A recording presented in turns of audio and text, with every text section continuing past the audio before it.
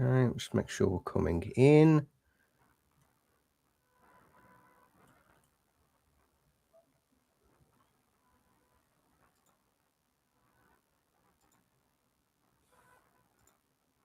Excellent.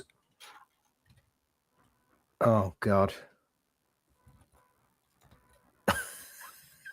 You can't believe it. The fucking PC's just crashed. Oh, God. Let me see if I can do Control-Alt-Delete.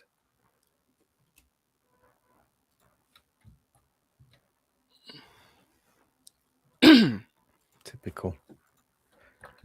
Don't do this to me. Did it earlier.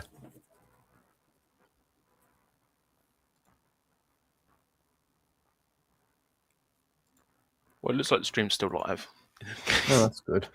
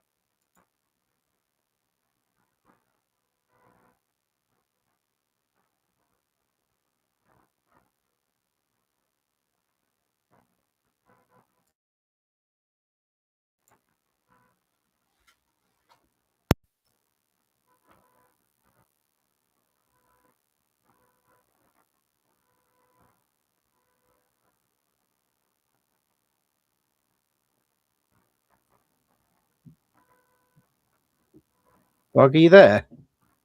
Yeah, I'm still here. We're still live. Excellent. Yeah. I think you cut out a few seconds there. It was just me on the screen.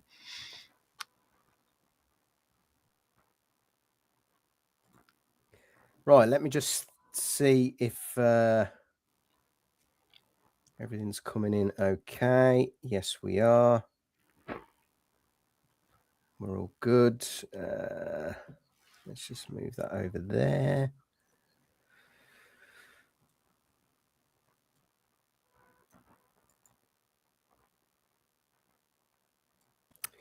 Right, let's dive in. So, welcome back, everyone, to JGITW in the Week. We are back after however many months. I think it's been about 18 months since we did one of these. And today we're joined by a very special guest, Varga. How's it going, buddy? Great to see you again. It's going great. Thanks for having me. Good stuff, my man. Today we've got an action-packed podcast episode, and we're going to be reviewing A Night of the Seven Kingdoms Season 1.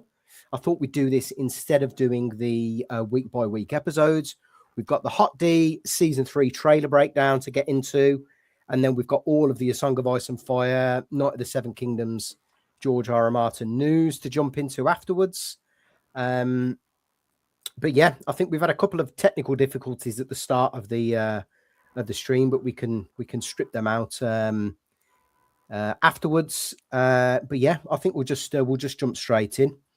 Now, Vargs, I think we're just going to jump straight into episode 1. Maybe go through it scene by scene, like we discussed. Yeah, what's on me? Let me just get this. No, I don't want that. I want that. I need to move that.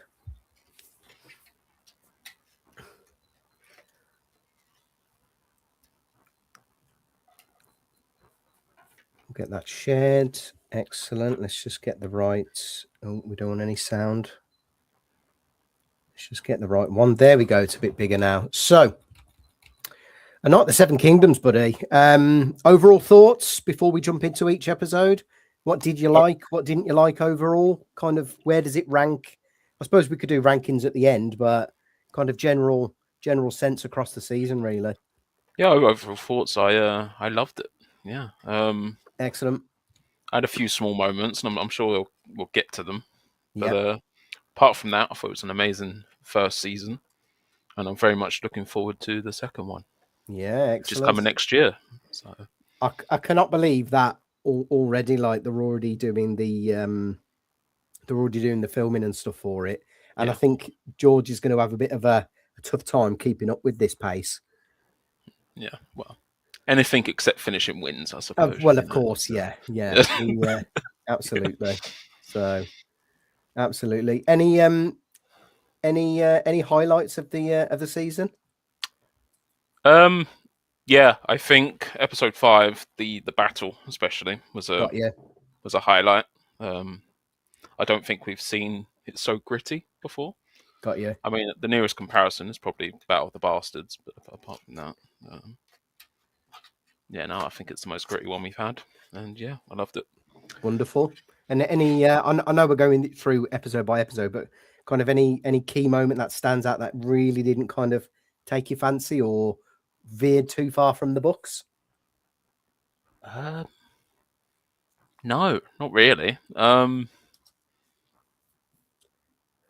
No, I can't pinpoint an exact moment that I disliked. Got you.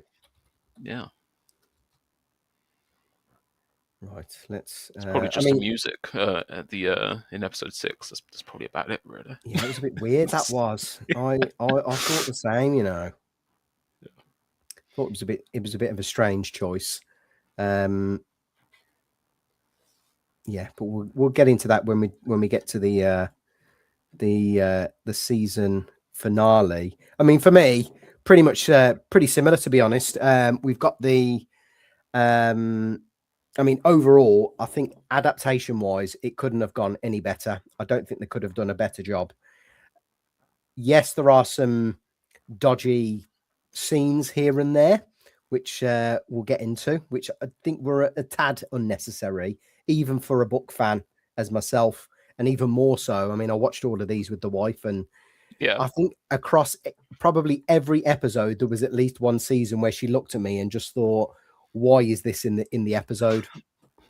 And but the highlight for me, and we'll get into it, is episode 4. That scene with Baelor Targaryen is one of my top 5, probably top 10 scenes in Game of Thrones, A Song of Ice and Fire on TV history. It takes me back to that scene in episode 8 of House of the Dragon season 1, where Viserys comes through the doors and you just think, what a G. And he just steals the show exactly the same as Baelor in that episode. And for the life of me, I could not stop cheering, and I actually stood up.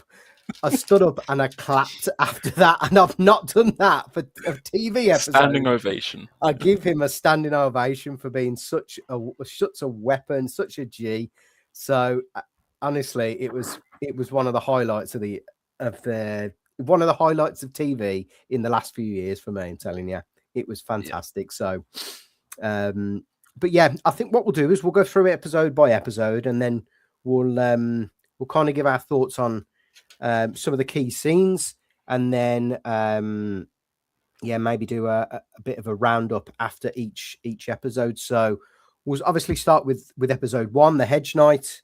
I'm not going to play this, and I'm not going to give us any sound because I really don't want to get the stream cut, and I want to kind of avoid any of the copyright strikes. But we start off with Dunk burying Sir Arland, which is not the last we see of him, actually, is it? So I think we can just skip ahead. But I gotta give it to them here. It just looks absolutely gorgeous, and it's straight out of the novella. Yeah, I agree. Yeah, looked gorgeous. I did like the little scenes that they had when he was talking of Uh, Arlen just beating him. oh, and was it the fire one always got me with the slap, and I just thought, So has what? he? Did you burn it down? I thought exactly the same. I thought, was he the one that caused this ginormous fire? Yeah, these were all cool scenes. To be fair, the little flashbacks, and you know what? One of the major hits for me across the season were the flashbacks, like especially the one in episode 5. Yeah. I know people don't like the flashback, but when Arlen storms through and he says what he says, that was one of the standout moments for me in the in the season. I So mean, yes, what's interesting with the ones here in episode 1 is that they make Arlen seem like, abusive, more like, but it's yeah, not I until did you get get to like that. episode 2 where you realize, oh, he's actually. So I think they built his character really good this season. Yeah, And obviously we get much more of him than we did in the book. So and I like that. Yeah, I think that's one of the better changes that they've made. But you are right. I did start this episode or this season thinking, oh, he's a bit of a knob, really. Kind of, he just kind of slaps dunk about. But we kind of still get that sort of, not so violent like, but we I think we do. He goes on he goes on a journey himself. I think in terms of like almost like a redemption arc, almost. especially if we consider about how they met, he just lost, was it his nephew? Yeah, I think it was his nephew, his old squire, wasn't it? Yeah, and even in I know we're going ahead, episode 5, you could see the burial of his nephew. So Exactly. yeah, Exactly. So I think, I don't know if they've confirmed that in this, but probably reading between the lines, that's probably why he's a bit of a drunk now, I imagine. Well, I mean, he could have been a drunk before, but it's now Well, more. yeah, you're right. I know. Yeah, you know what I mean. He's probably He's a sent him crazy down, man. sent him down even further, hasn't it? Yeah. I get you. So, let's move on. So we've got the burial scene, and then we've got the flashbacks of Dunk, which I've got to give it to them. Looks a pretty spitting image. That one especially when he smacked him against the pillar, I was like, Oh yeah, smacked him against the wood. Yeah, bloody hell. but I've got to Felt give that. and he's even smiling at it as well. So we get this. We get the flashbacks. He's burying Arlen. Now, from what I recall, I haven't read the novella in about 18 months now. But I think this scene as well is straight out the book, Yeah, is it? it's the first bit we get in the book, is him burying Sir Arlen. Yeah, it's the horses are there as well. Yeah, and the horses, yeah. up. Yeah. Excellent. So we get this bit of a gorgeous shot, and then we get a complete contrast from this crappy day to this absolutely glorious day. Yes. Yeah. And then we get the horses. I'm going to try and avoid the one scene. You know what that is. I liked how they because in the book, much of it is you hear he's in a fort. He doesn't speak a lot, but I like that they're using the horses to kind of make him speak more. So he's talking to his horses. Yeah, I didn't kind of catch that actually. I know you get that inner dialogue in the books, but you're right. Actually, he's almost like expressing not to himself, but it's to his horses. Yeah. Yeah, and I think the way they did that this season is great. Yeah. So we get him training to be a knight. This is kind of one of the iconic scenes. Oh, we'll just play this bit a little bit.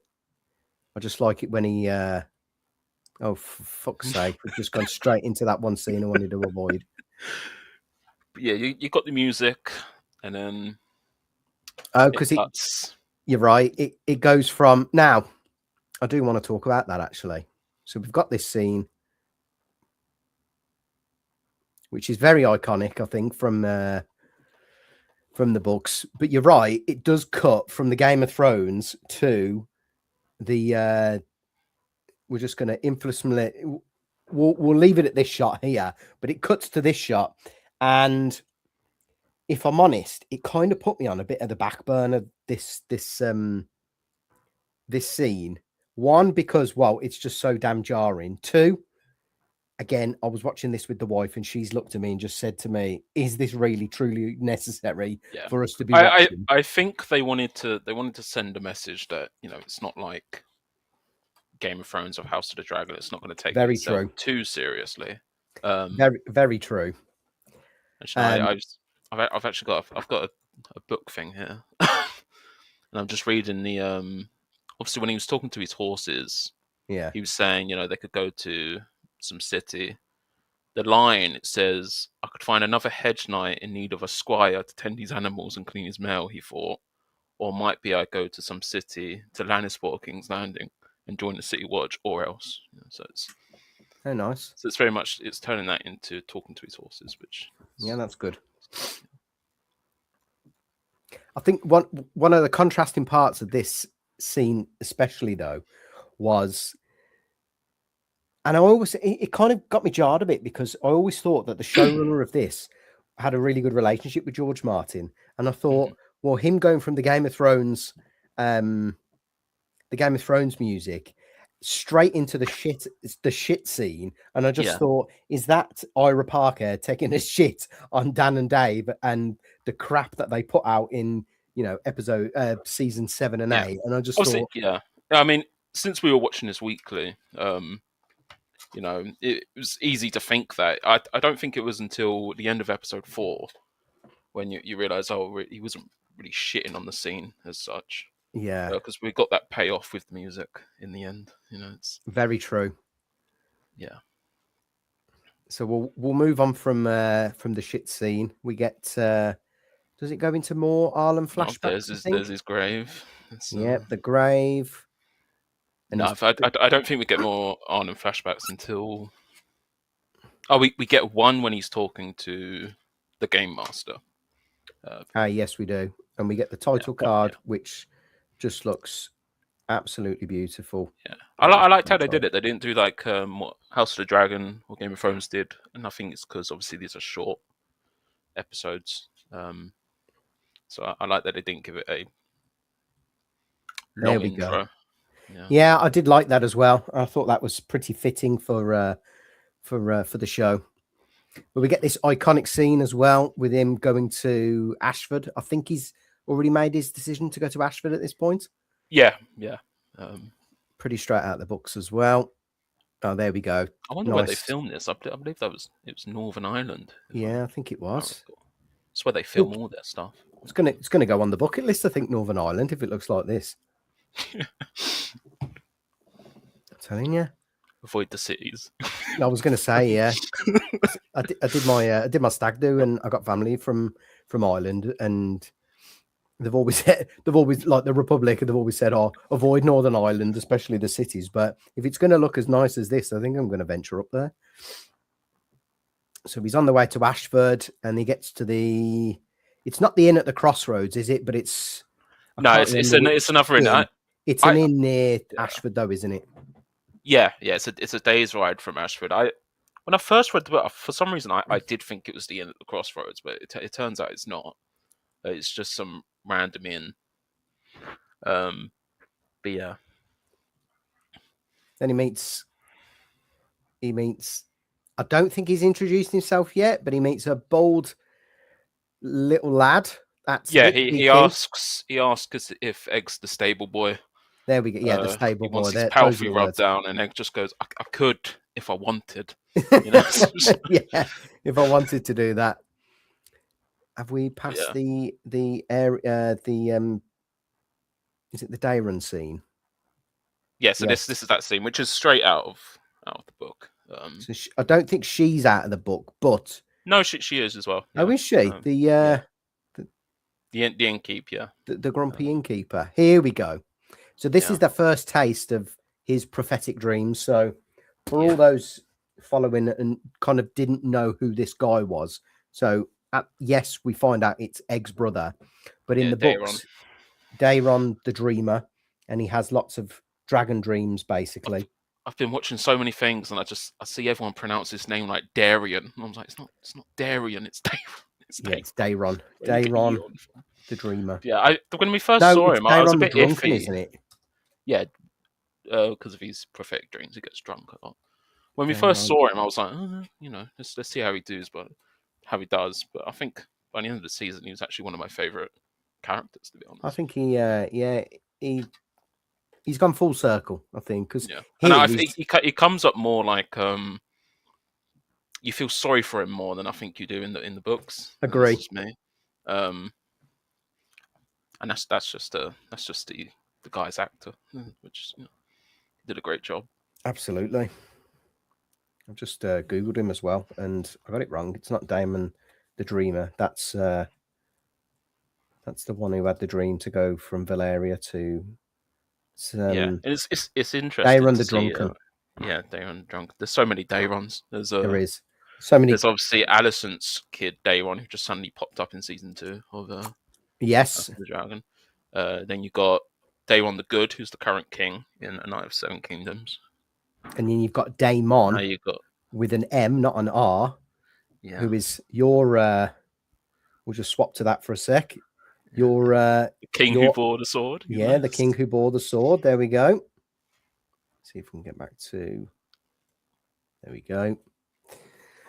So we meet Dayron. We get the prophetic dream that Dayron's seen Dunk in a dream. That was our first taste of prophetic dreams. I think it's very interesting how they're handling the dreams. I like that fortune teller, as well, but there's like Dayron's not the same as Helena. They've got different personalities. The spoiler bar has been put right down with Dayron. It's not like max spoilers, which Helena does in. And obviously he does hint towards something, but I think it's handled differently because you don't know what he's talking about. He could be talking about several different things when you go through Dunk's life. I mean, obviously we've got the Baelor thing happening, but he's could also be hinting at Summerhall. So it's because he said a very fire. True. So very true. So you don't know which he was meaning. Whereas Helena just suddenly speaks as speaks at the end of season. You're going to die. You're going to kill everyone. Yeah. Max spoilers. As if she wasn't just like crazy before then and spoke in riddles. And it's talking to Daemon. Yeah, I thought that was very strange on Hot Day. Yeah. So we go from the inn. I can't remember what the innkeeper says, but then he goes back to Dunk. He goes back to Egg. Dunk goes back to Egg, and he's prattling about a bit with the horses. I think this is where. No, he doesn't go with him yet, does he? No. He asks for Dunk to take him to Ashford. Yeah. That's a lovely shot. And Dunk's like, no, you're not coming with me. Yeah. Lovely scenery. Lovely. Absolutely beautiful. This and the music was amazing. Right, so we make it to Ashford.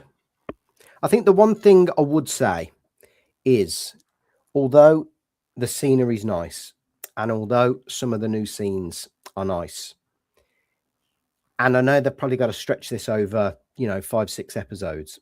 To me, 1 and 2 probably could have been one episode. They could have. I know that's or at least give us 1 and 2 back to back as a bit of a like an introductory thing, considering they're basically one episode. That's one of the biggest qualms I've got about 1 and 2, but it's not taken away from the fact that they are lifted straight out of the book, and that's what I love most about this season. I mean, I think that I've no issue really with the episode count. Right. Obviously, we have. I think episode 1 finished off fairly well with the Dunk and Egg at the campfire. Oh yeah. And then obviously the next episode we get started with a flashback. I think we've And him been. talking Oh to the yeah. Lord. The A infamous flashback. the infamous flashback. salt beef flashback. Yeah. Yeah. But yeah. I think it worked really well given, just how small the novella is. Oh, absolutely. Where they've cut them, I absolutely agree that was the right place to cut these episodes. I guess an introductory though of 1 and 2 would have just been. I suppose it's just really the week-long wait. Yeah, I agree. I think me and the wife have been watching too much Netflix and just binging. Yeah. So he's made it to Ashford. There's a couple of people he interacts with. He goes to see. Is it Drummer? It's either. I think is it Plumber? Oh, Plumber. That's the Plumber. one. So he's seeing a few things. Is this where he gets? Are you such and such Targaryen? No, that's episode 2. Oh, is that 2? Yeah, that's when Baelor and Maker. So we get Plumber, and he said he's got no. He's not a knight, and we'll get into whether he's a knight or not. And ask him to join. Managing to be more disgusting than Dunk in this scene. Oh yeah. Oh, with the spit scene, that was another thing that pissed me off. And that was another scene that the wife turned to me and thought, any more scenes like this, and we're not watching this together.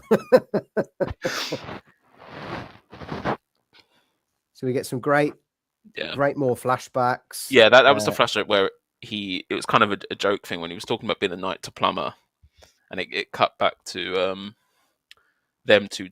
And Dunk asked Arlen, "Will you ever make me a knight one day?" And he just doesn't reply. Yeah, because he's hinted it. He just spits out a piece of apple or whatever he's eating. Yeah. God, you're remembering these well. I'm afresh from last night. I should have. Yeah, I should have. I literally did a full speed run at like 1 o'clock earlier. To be honest, I've been watching these episodes a load of times. Oh God, yes. Yeah. I think I've avoided last night was probably the first time I'd watched it throughout. Yeah, without pausing. So he's with Plumber. We get he's basically said though, hasn't he? And again, straight out the books. He needs to get someone to confirm he is a knight. Confirm he's a knight because he's got no credentials as a knight. Yeah. And even though he's got Arlen's shield, that doesn't make him a knight. And no one's ever heard of Dunk as well, have they? No. So he doesn't go to Steely Pate. Yeah. Oh, he goes to the Yeah. What do you think of this character? This one on the left. What was it? Yeah, because she obviously becomes. Is it Rowan? It's Rowan. Yeah. Rowan. Roz is from Game of Thrones. I think. Roz is Roz from Game of Thrones. No, they're both ginger. It doesn't matter. They're both, yeah. But yeah, she becomes a certain someone's in episode 6. What I would say is I am surprised, given the next story, that they called her Rowan. Because I'm sure maybe it's just a bit of a heads up to season 2, because I'm sure like spoilers. Sword. I'm sure the main woman in that story is a redhead called Rowan. If Rowan, I think it is. I think it featured a house Rowan. Oh right, okay. I must be getting my there's a Rowan Weber in the next one. That might be the Red Widow of Coldmoor. There we go, Rowan Weather. Okay. I mean, look, right. I suppose it's. I mean, look, it's filler, but it's we get some warming interactions with Dunk. He's clearly not too good with the ladies, and he's clearly finding himself in a bit of an awkward position talking with the girls.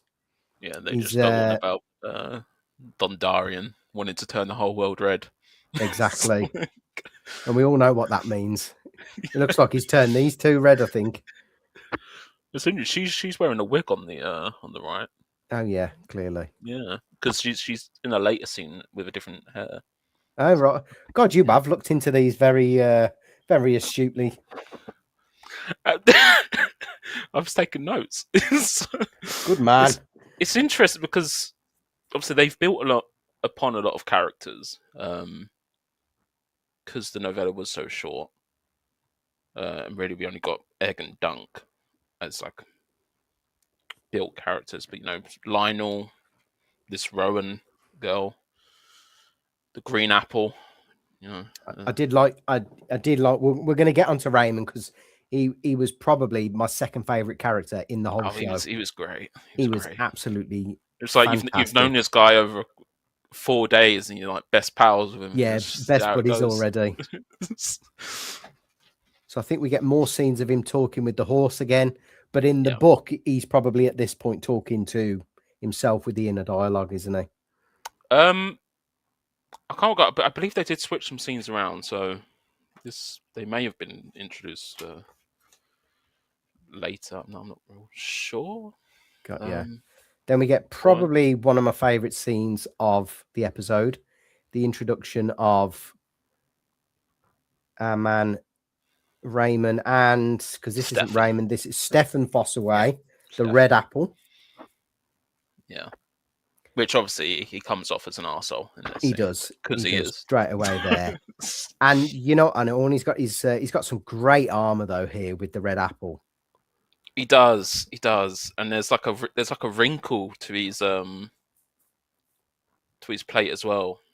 And I love that. I haven't seen this on the big screen yet, and I love that little leaf that's coming out of the apple. Yeah. Oh, you mean a wrinkle in terms he has some of of the coolest armor in the season. I mean, this is great armor. The Targaryen armor. His armor in the battle. Oh yes. Oh yeah, that was nice. That was real. And the Targaryen armor in the battle. Yeah.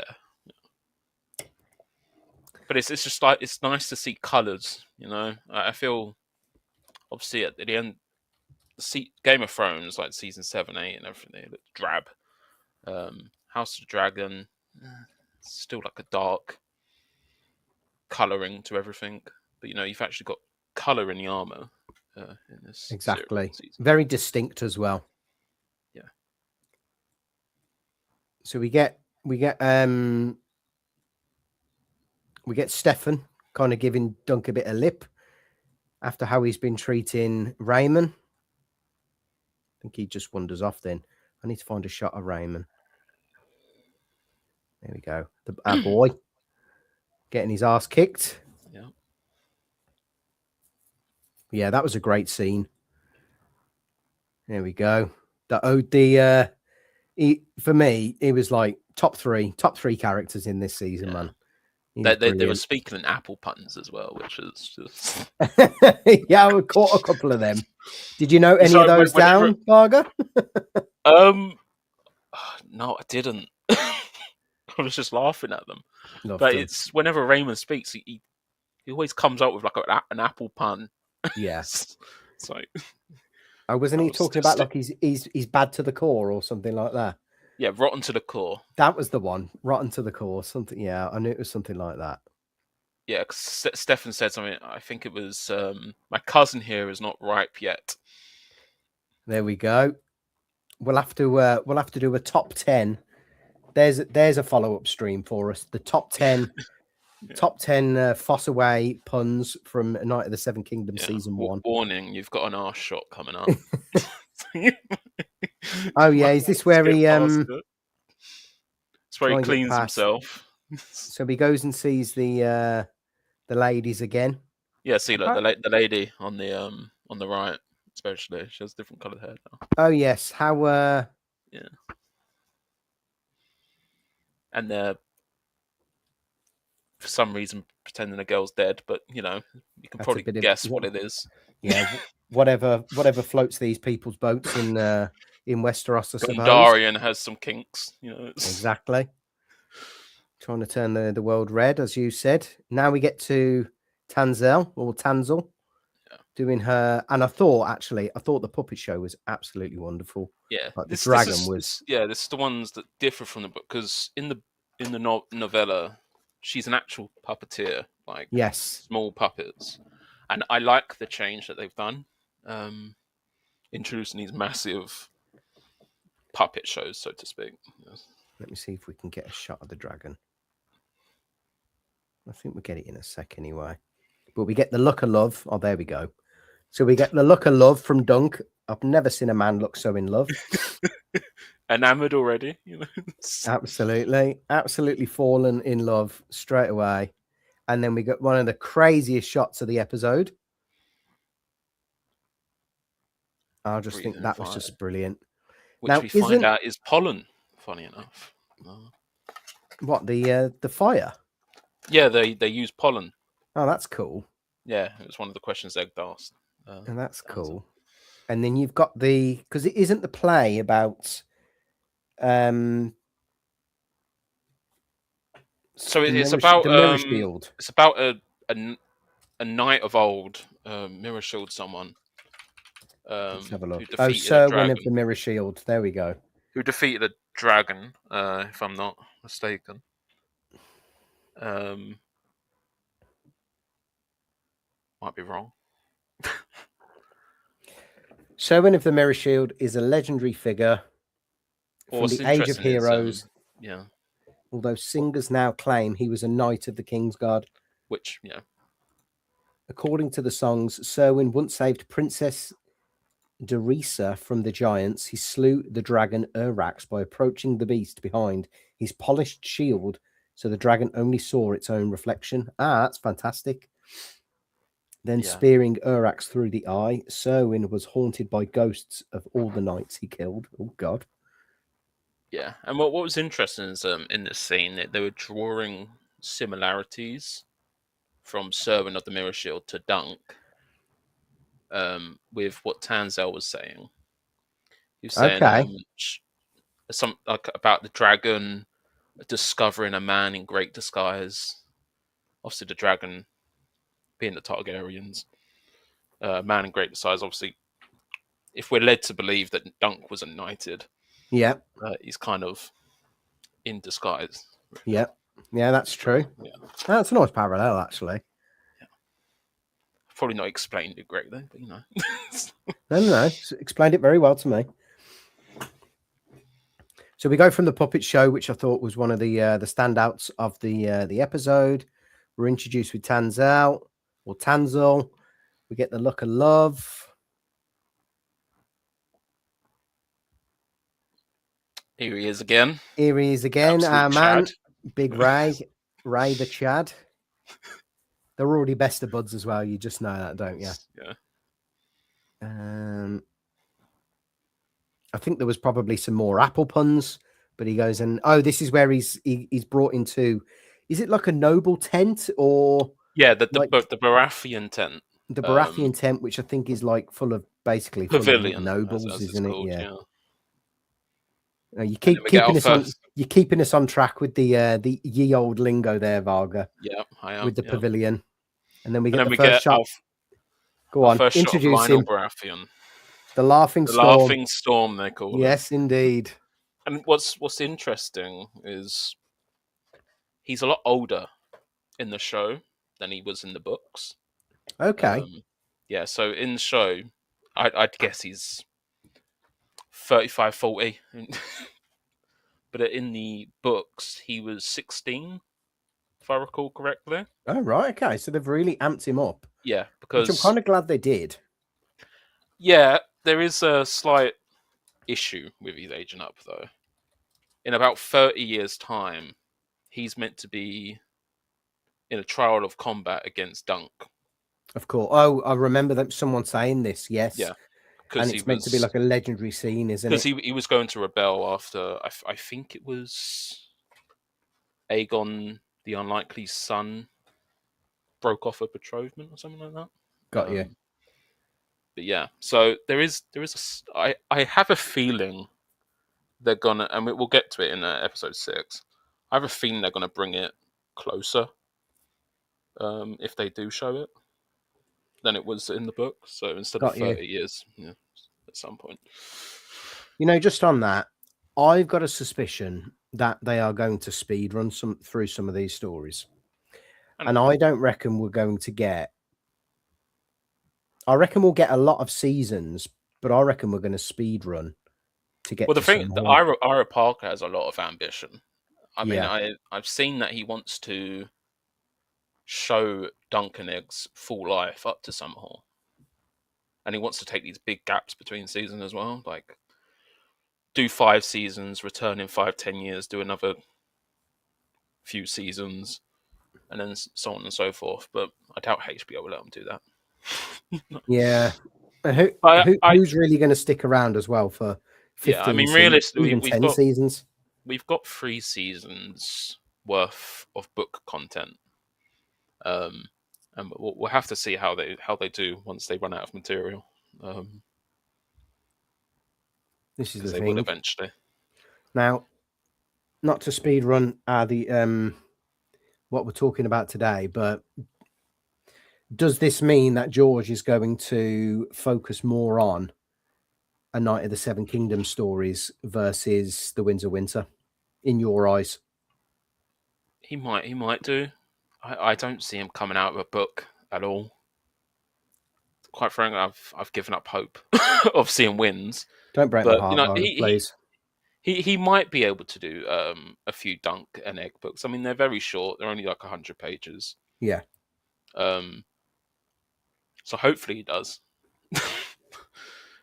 Because hopefully he sees the success of the show and goes, you know what, I'm going to write a few books. So yeah, we'll see. I won't break anyone's heart. The other question is, do you think they'll want to do a Game of Thrones and surpass the books, surpass the Night of the Seven Kingdoms stories, and get to Summerhall, even though George has only written snippets of it in a Game of Thrones? I mean, we don't know what happens at Summerhall, really. No, we know that. Obviously, spoilers. Yeah, major spoilers for Summerhall. We know that Aegon supposedly dies. Yeah, Egg. And we know that Rhaegar is born at Summerhall while it's burning. But we don't exactly know what happens. Correct. So it's either because I think some of it's blotted out or he just doesn't finish the story, or it's incomplete. There's some. I believe there was like burned or something like that. Yeah, I think either the page is burned or the ink spilt over it or something. I think it was the ink spill. In the books where it's covering a lot of the majority of the of the page with this story on. Yeah. And it may be that we never get a conclusion, but I feel that they might do it with the amount of they're really talking about Summerhall. I mean, you're right, and considering how many times they've touched on it in this season, it begs the question for me whether they are going to speed run this. And I like that they're including stuff about the Blackfires as well, because I don't believe the Blackfires were fully fleshed out when George wrote the first novella. No, I don't think they were. So I like that they did include some info about the Blackfires. Because I'm sure he wrote this between a Game of Thrones and a Clash of Kings, or a Clash of Kings and a Storm of Swords? Either way, it came out in, I think it was 1996. Got you. Or was that No, that was a Game of Thrones. That was a Game of Thrones. This might have been 1998. The Hedge Knight.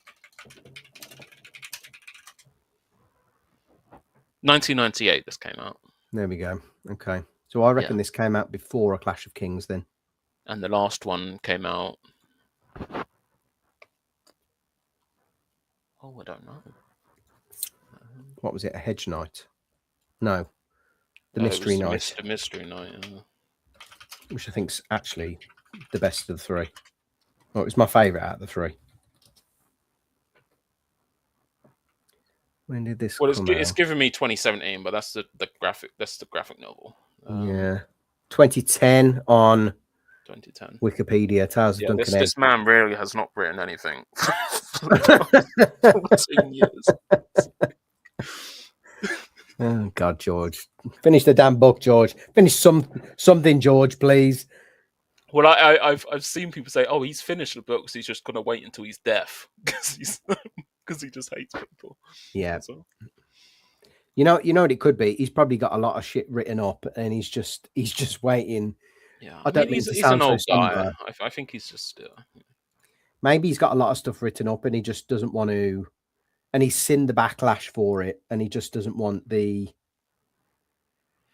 I don't know, he doesn't want to kind of deal with I think he started again after he saw the backlash that season 8 got, because I think that was he was beyond the lines of then. That's what he wanted to end it with. Yeah, I agree. Too much of that ending has gone into his ending has gone into Game of Thrones season 8. But obviously he didn't take into account how different his characters in the book are to their show counterparts. Very agree. And who's alive, who's dead. I mean, Bran alone is very much different to his show counterpart. I think that was very much a D&D thing, steering away from all of the magic stuff. And then there's Jon, which, we don't speak about Jon anymore. No, not at all. No, because he's so far different. He's a queen simp. Yeah. So back to episode 1. Kingdoms. Yeah, none of that crap. We're actually talking about some good A Song of Ice and Fire content here. Yeah. So we get the Laughing Storm, who is another Chad, really. Although in this episode, I got to admit, he does talk a bit of nonsense. But that's his character. I mean, I know that's his character. He likes to be the center of attention. That's Lionel to a T. I mean, he's a mix between Renly and Robert. He very much comes across that way in this, and I'm glad you're on here to give us that nuance, right? Yeah. So we get him, and he's looking absolutely freaking majestic in that helmet. That's one of the best helmets I've seen. I'm so glad they've added horns. Any show, yeah, because that just looks absolutely incredible. I would have been happy if they showed me Robert with some horns. Varga's wish for a Game of Thrones reboot is a horny helmet. My wish is for Robert's rebellion. That's what my wish is for. Just get Did you hear about the stage play? Actually, I know they're doing a stage play. I think, is it the Mad King? Yeah, it's been greenlit now to I think it's this year in the Midlands. Not too far from me, to be fair. Who knows? Maybe I'll see it. Yeah. So we get Dunk and we get the party. This is pretty fun. If you go back, did you if you notice, the guy dancing is Beesbury. This guy. So yeah, if you go back, let's see if we can get a different. I think it's before he goes to see Lionel. It's when they all start dancing. Yeah. So we get Ray. Oh no! But after that, far after that, it was after Lionel's done speaking. So he does his speech about being center of attention. I've got something to say. Yeah, then forgets what he wants to say. Yeah, I thought it was a bit weird. Yeah, and then he's just like, party. Yeah. 100 gold to whoever can probably hit me with a stick. Yeah, him. Hold on. Yeah, go back. Him. Oh yeah, with the beard, with the mustache. Yeah, he's full on dancing. You can see the mustache. Yeah. Oh yeah. Oh, what a Chad. Full on I think dancing. that and episode 5 is the only time you actually see Beesbury. Yeah, I'm so disappointed we didn't get to see more of Beesbury. All you know is that he's just died. Oh no, we get him again. There we go. Yeah, he's full on dancing that entire scene. Absolutely majestic mustache. So we get the and again, I didn't realize how much time Beesbury was in this episode. He's full on dancing. I didn't clock the mustache. He's a drunk fool. He's probably drinking some honeyed wine. Honeyed wine, yeah. Yeah. So we get Dunk making friends. Yeah, we get Lionel kind of sees him in the crowd and then gets his guy to call him over. Exactly. And then his first question: have you ever been punched before? Great way to start a friendship. They do that weird step dance, which is slightly erotic, and yeah, I think he's trying to show his dominance almost. Yeah, stomp on his feet. Some sort of And stomp Dunk dance. just stomps on him, and he just got like he broke his foot or something. Yeah. And you think there's going to be something happening, and then he just laughs. He just loves life. and then you realize that's probably why he's called the Laughing Storm. Yeah, exactly. So we get the party. Oh, and then we get this scene. God, I don't actually know what they're talking about, but the main call out is Dunk wearing that absolutely majestic helmet. From what I get at the start, like Lionel is telling him a story, possibly how he became to be known as the Laughing Storm. All right. Yeah, and then Dunk wants to know his chances at the tourney. And not even lying to him, Lionel just goes, "You have no chance, mate." Is this where he questions whether he's a real knight? Because I'm sure it gets brought up quite a lot before episodes 4 and 5. Like people kind of keep dropping hints or giving whether Lionel questions whether he's a knight. Yeah. No, he Dunk says that if he loses, he won't be able to ransom back his own horse. Oh, yes. And Lionel's response was a laugh and a knight without a horse is no knight at all. Dropping the quotes from the episode, loving it. Yeah. I mean, Lionel has some of the best quotes in this season. Exactly. The one where he's going, "I don't know, I'm really quite drunk." I think that's here, isn't it? Yeah. So we get this scene, and then he's back to. Oh, isn't this Dondarrion who he's trying to see if he can vouch for him? I mean, you look at Dondarrion in the Game of Thrones, and obviously he's like a warrior, and this guy is just a drunk with gouty toes. Yeah. Complete opposite of Beric, isn't he? Yeah. Bring a shame to your house, lad. Exactly. And he's doubling up there as well, and he's probably got that. Is that the dead bird from earlier? I think that was on the table. No, I don't really know who she is. She's just one he's picked up along the way. way. Yeah, probably a noble woman. This doesn't really go to plan, does it, for Dunk? No, and then he gets himself back. Egg. Yeah. Got egg. From what I remember, though, Dunk doesn't go to a party in the book. He goes. No, the party was full on made additional content because he goes. Because he goes. I'm guessing because he's eaten at the party. Egg having cooked him some dinner is a bit. I don't know. It's just a bit. I don't want to eat now, kid. I've just stuffed my face at the bracket. Well, no, I believe Egg was just cooking fish. Either for himself, waiting for him. But no, the party was full on show added content to build upon Lionel's character. I don't quite remember the scenes in the book, but I don't. Yeah, from what I recall, because he's such a brilliant character as well, the Laughing Storm. Because I'm actually unsure where in the book him and Dunk actually meet and. Well, that's the thing. In the book, he very much is a. He's not really a character in the book. Yeah, exactly. He's kind of a bit of a. Dunk sees him joust. Dunk sees him joust, if I remember correctly. And then the only reason he joins the Trial of Seven is so he can bloody up the Kingsguard and Maegor Targaryen. Yeah. It's not because he's mate, he didn't really know Dunk.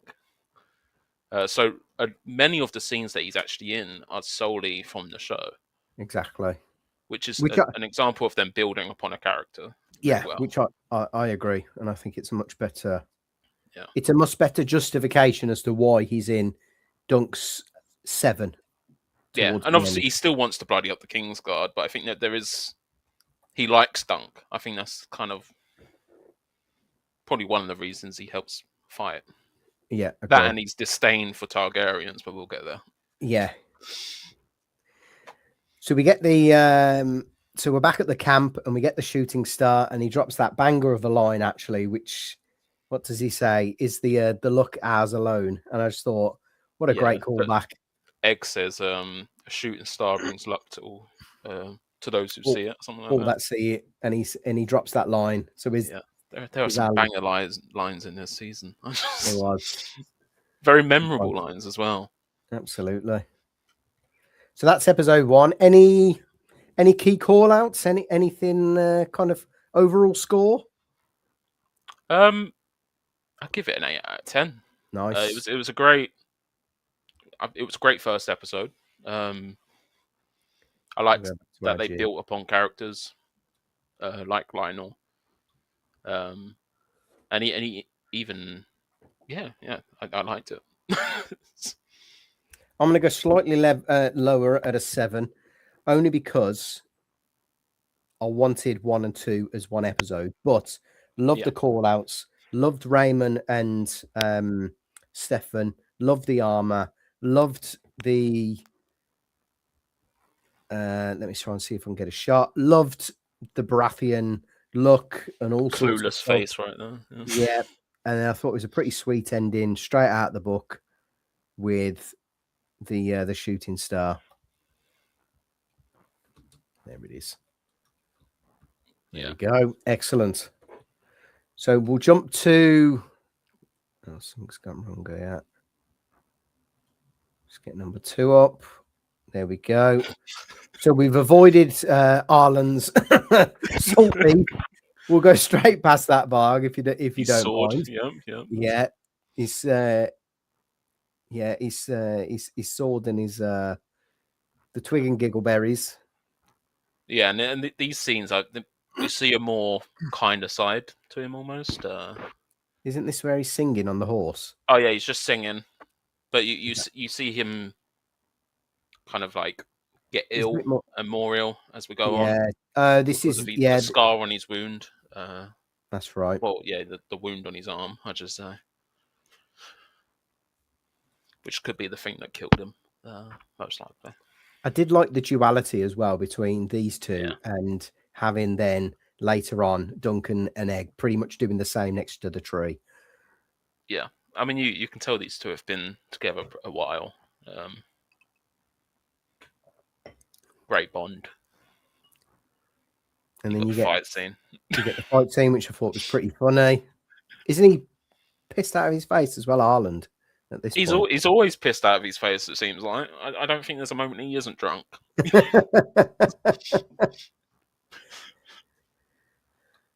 Singing again. I don't know what he's. This isn't the one where he's singing in Dothraki, is it? No, he's singing, no. He's singing about. He's like singing he's singing a song, but he's changed one of the words to Ashford, so it's off to Ashford to see a fair maid, something like that. I'll make her my love, and we'll rest in the shower. Oh, there we go. He's singing a love song. He wants to get laid. What a Chad man Arland is. But yeah, and then we hear Dunk talking to some nobles that Arlen has served, and they just don't remember him at all. This including is where Longthorn Tyrell, who is one of the greatest turning knights to ever lived, I think it was. Nice. Any facts you want to spit off about him before we move on? Oh no, I just know he's is said to be one of the greatest turning knights, which we see at the end of the episode. Nice. When he gets on another man's horse. Oh, the joust. Just grabs the shield from the floor. We'll look into the joust scene by scene, because it goes by quite quickly, doesn't it? Yeah. But then obviously it cuts back to Dunk and Egg. So where Egg says, "Was he a shit knight?"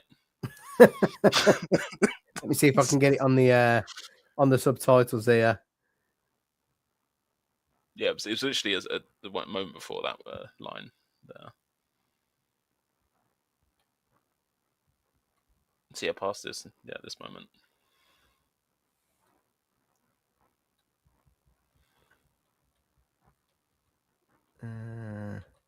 Yeah, further back. There we go. Was he a shit night? And it's just like, well, maybe he was. Well, he did joust with what's her name with Baylor. Yeah. So this is where the Targaryens come along, and you start then, because when I was watching this with the missus, she was like, "Oh, why is he just why has Egg started acting all funny with the Targaryens?" Because Basically, obviously we knew who he was beforehand, but exactly. But I'm glad the normies are picking that up. Yeah, I think it was a good nod. Either why is he scared of the Targaryens? Yeah. What beef has he got with them? He's either stolen something from them, you're right, Yeah. or what beef has he got, or something dodgy's going on there, something weird's going on. And it's interesting because before that, Egg was saying, "Why do you treat these royal lapdogs like they're your betters?" Because obviously he's a Targaryen. He doesn't have to bend the knee to all these lords. Yeah. And then Dunk replies, "Because they are my betters, you're too brazen for your own good." Because he is brazen. So it's he is unruly, as very Makar vocal, puts it. Very unruly. Very vocal about his distaste for the Targaryens. Yeah. So let me get, excuse me. Then we get the welcoming of the Targaryens. Disrespect then we get Makar, Exactly. So, and his brother Makar. It's all right. Not even Prince or anything. Just Makar. Just the fourth in line, yeah, or whatever he is. Just the fourth son. Brother number 4. Now, one of the qualms I do have with this episode is the change to Aerian's look. I can understand kind of why they did it, because if I go back to episode 1, Deron I thought Deron was Aerion because of his long hair.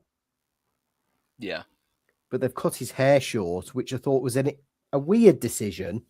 But it makes him very distinct versus his brothers, I think.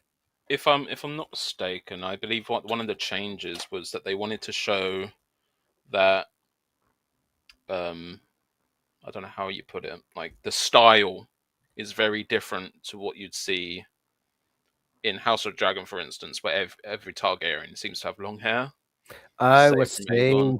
So he's a bit they wanted it to feel rebellious. Different. I would say my gripe with it is I wish he wore more bright clothing. Agree. Yeah, I wish he was more Aerion Bright Flame as opposed to just Aerion. Yeah. Yeah. So he thinks he's a stable boy. Besides his outfit and all, I think the actor did a great job. Oh yeah, I thought it was brilliant. He did a job for it and made him. He was an arsehole.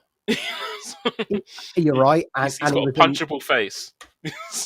100%. And he was an arsehole straight from this very scene, wasn't he, really? Yeah. And I mean, there's a lot of things that differ with Aerion from the show and the book. And I'm sure we'll get to that when the fight happens. Exactly. Because it's very interesting. Is this where we get this? Oh no, these are the King's Guard. Oh my! Finally! Finally!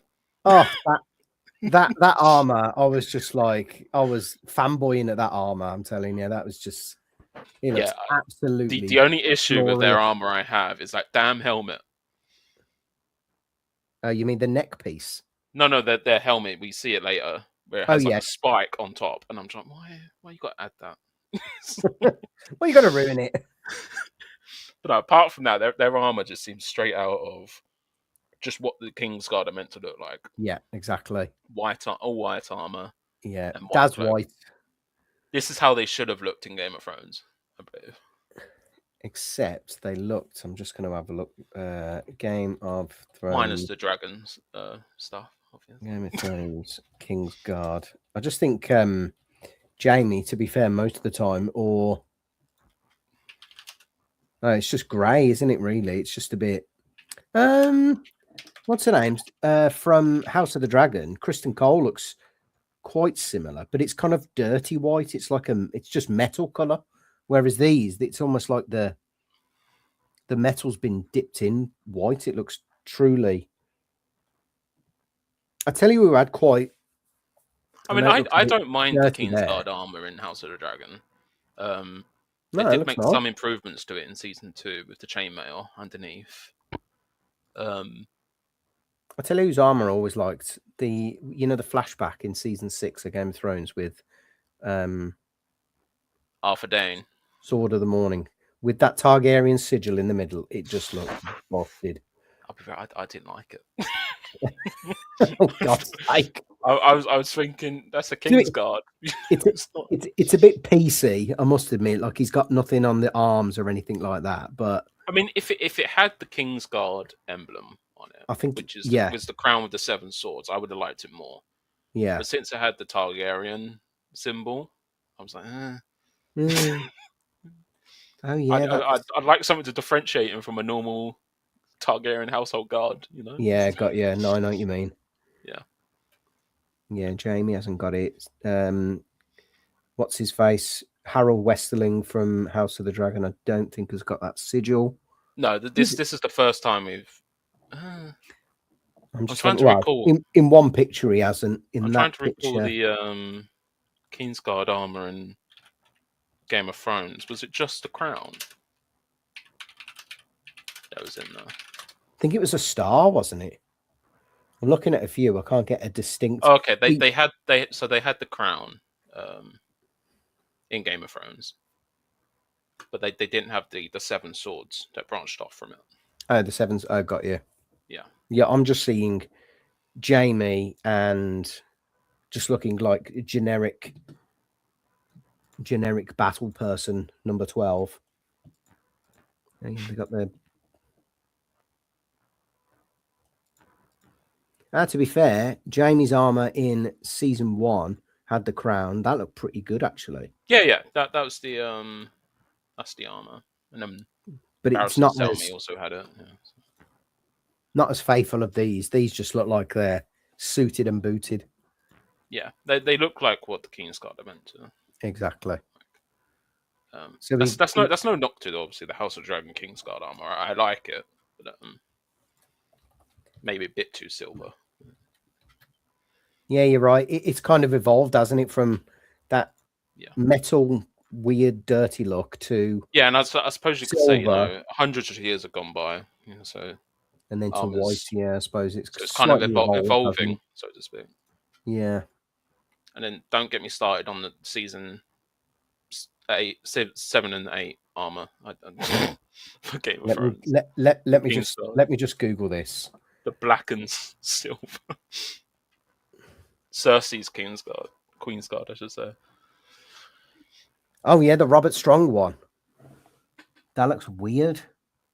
It's just black, and it's just like everything black. Everything weird. in those seasons is just black. Yeah, no colour to it. Which I mean, you could say, "Oh, winter has come," but even then, what does it matter? Colours don't disappear. I was going to say, what does it matter that winter's come here? So, winter's come. Let me get on my black clothes.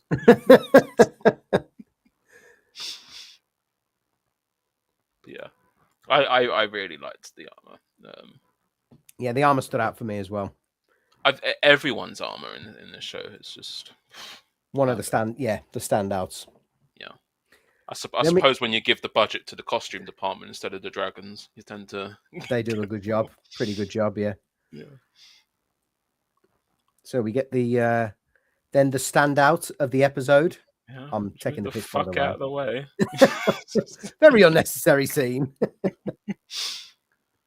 Dunk looking a bit puzzled after that. And then I think this is a change from the book, isn't it? Where he makes his way down an alley after the So girl. I just think so this it's a bit seems like weird. he's sneaking, whereas the book, he was going to see. Oh God, what was his name again? Plum. The Master of the Games, Plumber. That's Plumber. Yeah. Plumber. Yeah. Yeah, he was going to see Plumber, but here it seems like he's just sneaking and listening in on a conversation. Yeah, Plumber. Which it's a big change from the book Big because change. that's not Dunk, but yeah. And then And he obviously runs into. he didn't know these were princes either. I don't think. I was going to say because he hasn't really found it difficult to sneak into the castle Well, and get here's the himself in he's front a of Lord Ashford, his daughter, yeah. So Plumber, and Baylor and Makar. yeah. They're not really well So protected. so yeah, Ashford is a minor lord, and I believe the castle is just one of those things anyone can go in any Oh night. right, okay. Um, so yeah, it's not just closed off to the family. Obviously, at night they probably shut the gates, but Yeah. apart from now, but I believe it's quite open to everyone. So you'll see someone walking down. Oh, got you. That's probably why this Gwyn is her name didn't make that Yep. much of a fuss. The birthday girl. Yeah, which At least she's got a name in this I don't first blame you book. for ruining my main day. If I'm honest, this conversation completely is out of my head. I actually can't remember what went on. So if you So can enlighten I me, do. I pretty much know every Baylor scene because go on I'm then. obsessed with the Refresh guy. me because he is the G. He is the Um, outstanding moment for me. so Makar's sons are missing, Oh which yes, we yes, know yes. to be Daron and Egg. But they don't explicitly say that, do they? They keep that hush hush. No, they say Daron. They make sure not to say Aegon. Or actually, Baylor says Aegon once, I believe. You say, I'm sure so Roland will turn him up and Aegon along with him. But yeah, Baylor's pretty much saying you shouldn't have commanded Daron to enter the lists. He's not suited for it. And Makar's just brooding. After his sons, I yeah. think my funniest part of this is when they're entering the room, and Ashford says, "Perhaps the princes have just been delayed," and Makar's just like, "F me, they're not delayed," and Baylor's just like, "Do not curse our gracious host," and Makar's just like, "I said F me, not F him." They basically Oh, do whatever they want, don't they? yeah, yeah, and I mean, Baylor made such an impact on this season. It's incredible. Oh I yeah. mean, In even I like the Makar. thought. I mean, they're both. Yeah. Right, I was worried about their ages because they look younger in the book. I believe Makar, especially, he's only like, is it 34 in I the mean, book? if we go back, I actually thought Makar was Older than at one point. Baylor. Yeah, I did. I thought But no, Makar. he's the youngest son. I know he's the youngest son, but at one there's Yeah, a side shot of him when he gets off. I think it's like one of these. yeah. There. But I think they've very much based his appearance off how he looks when he becomes king. There we go. Oh, Um, see. He looks as old as Baylor's. Like I thought that was the king, not I mean, Makar. you can explain it away. He's just lost his wife. He's Yeah, got 2 sons missing. The man's got very so many true. unruly boys that he's probably greying. That's very He's already true. got white hair. Yeah, very true. No, He I is was a bit worried about old. the casting at first, but I don't see anyone who could play these characters different. I No, mean, I love them both. I thought the casting was really good here. Yeah. It's just come back to me. This is the scene where they talk about Sir Arlen Yeah, versus yeah. Baylor in a So yeah, previous bout. so Makar, while talking about Daeron, saying, "My son will change. If not, I'll see him dead." Which pretty Okay, mate. pretty strong. Yeah.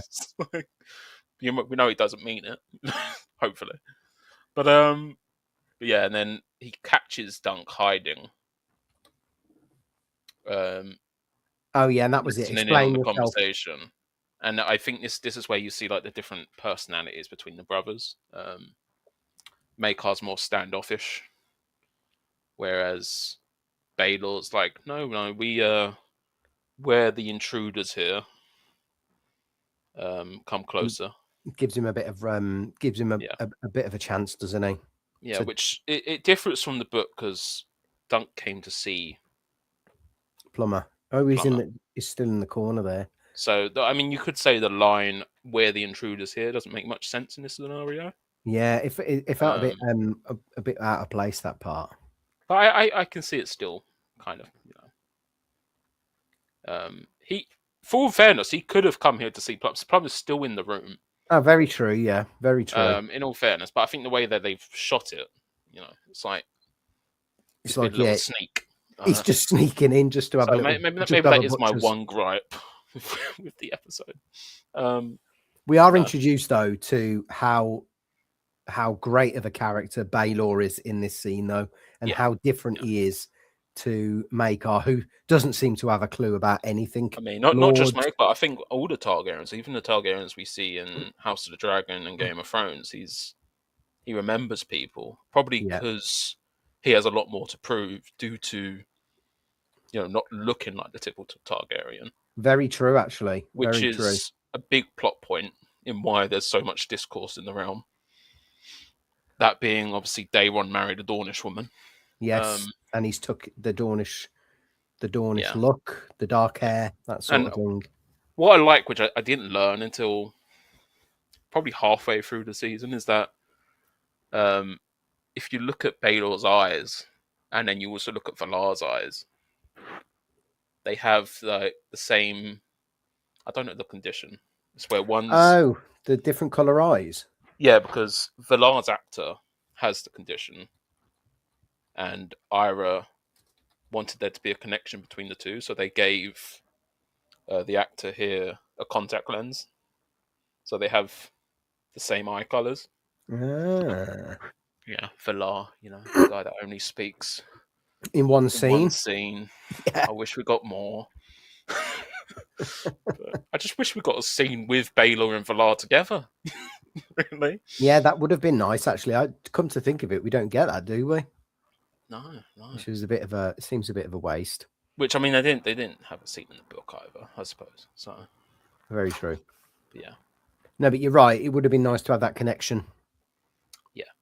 I think not skipping to episode 5, but don't we lose the point that that the crowd think that Baelor is Valar as well, because he comes out in Valar's Yeah, he comes armor, out in doesn't Valar's he? armor, and you could see it when Maekar was coming up to him. He probably thought that was Valar at first, but as soon as Baelor took the helmet off, he's kind of he looked more confused. Yeah. He was like, "Huh? What are you doing on the field? We don't need you this side, pal. We've already got 7. Oh, you're fighting for him. Oh, oh crap! I see. Oh shit! Um, Yeah, the real G's on the field now. yeah. So Well, they obviously, talk yeah, about they speak. Baelor coming across as always, calm, level-headed, and Dunk asks if he remembers Arlen, which at first it differs from the book again because in the book Baelor comes out himself and says, "I know Sir Arlen of Pennytree." He says that, whereas here Dunk is asking if he knows oh, him. oh, that's right. He needed like somewhat reminding, didn't he? I wouldn't say he needed reminding. It's more Dunk asked the question whether he knew Sir Arlen, whereas he didn't ask it in the book. Yeah. I wouldn't say he needed reminding though. But yeah, he thinks for a moment. He says, "Oh, Sir Arlen of Pennytree." Yes. Oh, and then they talk about the jousts and how many times he Yeah, they say how many he lances. unhorsed Daemon Lannister, the Grey Lion, Mm-hmm. which impressive feat. And then that they jousted. There we go. And that's when it turns into Dunk kind of submitting to Baylor because he thought it was 7 lances. And I don't think I wish they would have given us the definitive like flashback scene of joust number 6 and 7 versus Baylor. I don't see Baylor as a liar. So I mean, if You're he right. says it's 4, probably it's 4. Yeah. But my I just love Makar's reaction to everything. He laughs when Dunk says it's 7, and then what was it when Dunk says Sir Arden often told me you were the like soul of chivalry, and Makar just like ugh. Ugh. Disgusting. Exactly what a little brother would probably do. Get out of here already, man. Yeah. Yeah. And then obviously he gets permission to fight in the lists or joust in the lists. Yes, and he must get a new shield. I remember that bit. Yeah, and then Makar comes in again and just says, "Very well, sir, you are grateful. Now F off." How very nice of him. I don't know. I'm obsessed with those 2 characters. They're my favorite. Comes across like, to be honest. I mean, if we go on, instead of Dunk and Egg, they are probably my favorite characters. Yeah, I agree. I mean, I think Makar, maybe Raymond beats him, but yeah, Raymond for me, Baylor, and then Raymond for me. Makar really became my one of my favorite characters after episode 6, which I'm sure we'll get to. Yeah. So, So we get the second puppet show, and then we get Dunk asking Tanzel to make him a shield design with the tree, with the big oak, and the shooting star. So that was a great callback scene to the books. She spits some weird line about all men are knights and all men are fools, which all men are knights, all men are fools, which doesn't really make much sense. No, but I think it made more sense in the play. There was like all men are knights, all men are fools, where women are concerned. But even then, I did have to concur with the wife on that one. I think, am I a knight or a fool? I think what she meant was like, maybe knights. All knights are men. All men are fools. Feels like a better way to say it. Yeah, maybe. Maybe. One of the only lines that was a bit weird and a bit jarring. It's almost like I don't remember taking the vowels. Yes. Yeah, they're not in the vowels in episode 4, are they? Maybe they're the missing vowels that George just doesn't want to release. Yeah, we got 3 vowels. I charge you with the mother to protect the young and innocent. I charge you by, I don't know, by the warrior. I charge you to be. Is it strong or just? Yeah, let's get them off. The vows of a knight. Game of Thrones. Maybe these are the missing ones. In the name of the warrior, I charge you to be brave. That's it, brave. Yeah. In the name of the father, I charge you to be just. In the name of the mother, I charge you to defend the young and innocent. In the name of the maid, I charge you to protect all women. So those are the 4 from the book. So I think after the 3rd one, I'd have to check. I don't think the mother one is confirmed. Is it the mother? No, the maid. I don't think that one's confirmed. I'm sure we get 4 in the book. I'm sure I was watching a Preston Jacobs poddy. Let's see. Maybe I'm wrong. Wouldn't be the first time. Do you swear? Oh, okay. We do get that. Oh, okay. In the Hedge Knight.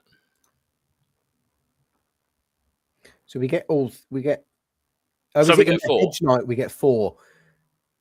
Because when we get to it, I think it's episode 4. I thought, here we go. They're going to give us the full, unadulterated, all all lines in the Vows of the Night, and I was very disappointed that they stopped even after number 3. But Yeah. maybe in the name of the maid, I charge you to protect all women. In the name of the smith, all men are fools. In the name of the crone, all knights are fools, or whatever this bloody Tanzel says. Yeah. In the name of the stranger. I suppose we'll never know. Someone's done a pretty decent job though of Yeah, I mean, no, there's tons of finishing them. thing, In the name of the smith, I charge you to be strong. In the name of the makes crow, sense. Yeah.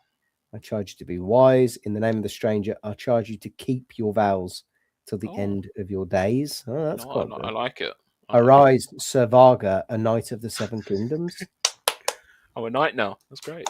Well done. You're more a knight than this false. Well, false well, knight. we'll discuss that. I think it's still ambiguous. I do as well. Yeah, 100%.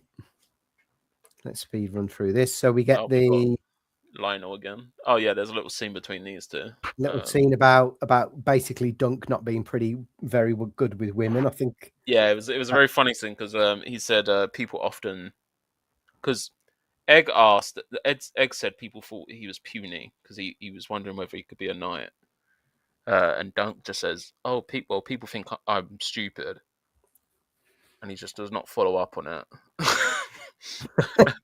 And Egg's like, "And." Yeah, it's like, It's finish it for me, and please. so, oh, I thought you were trying to help me. Help you what? Grow? It's like proving he is thick as a castle wall. Exactly. I think at that point I thought, yeah, they're really capturing Dunk of the Lunk right there. Yeah. And then we get a You get the tug of war between the Baratheons and the Tyrells. Okay. Oh yeah, They are the Tyrells. Yeah. We've got the symbol there. Well, that is a big man. Dunk is a big man. He's just pulling everyone. I can't get the right shot, but yeah, we get the tug of war, which the Laughing Storm's giving some very gracious words of encouragement there. Dry your hands, you clam-handed cunt. We're not just James Chambers now. Bloody hell. You love to party with him, though. I'll tell you that.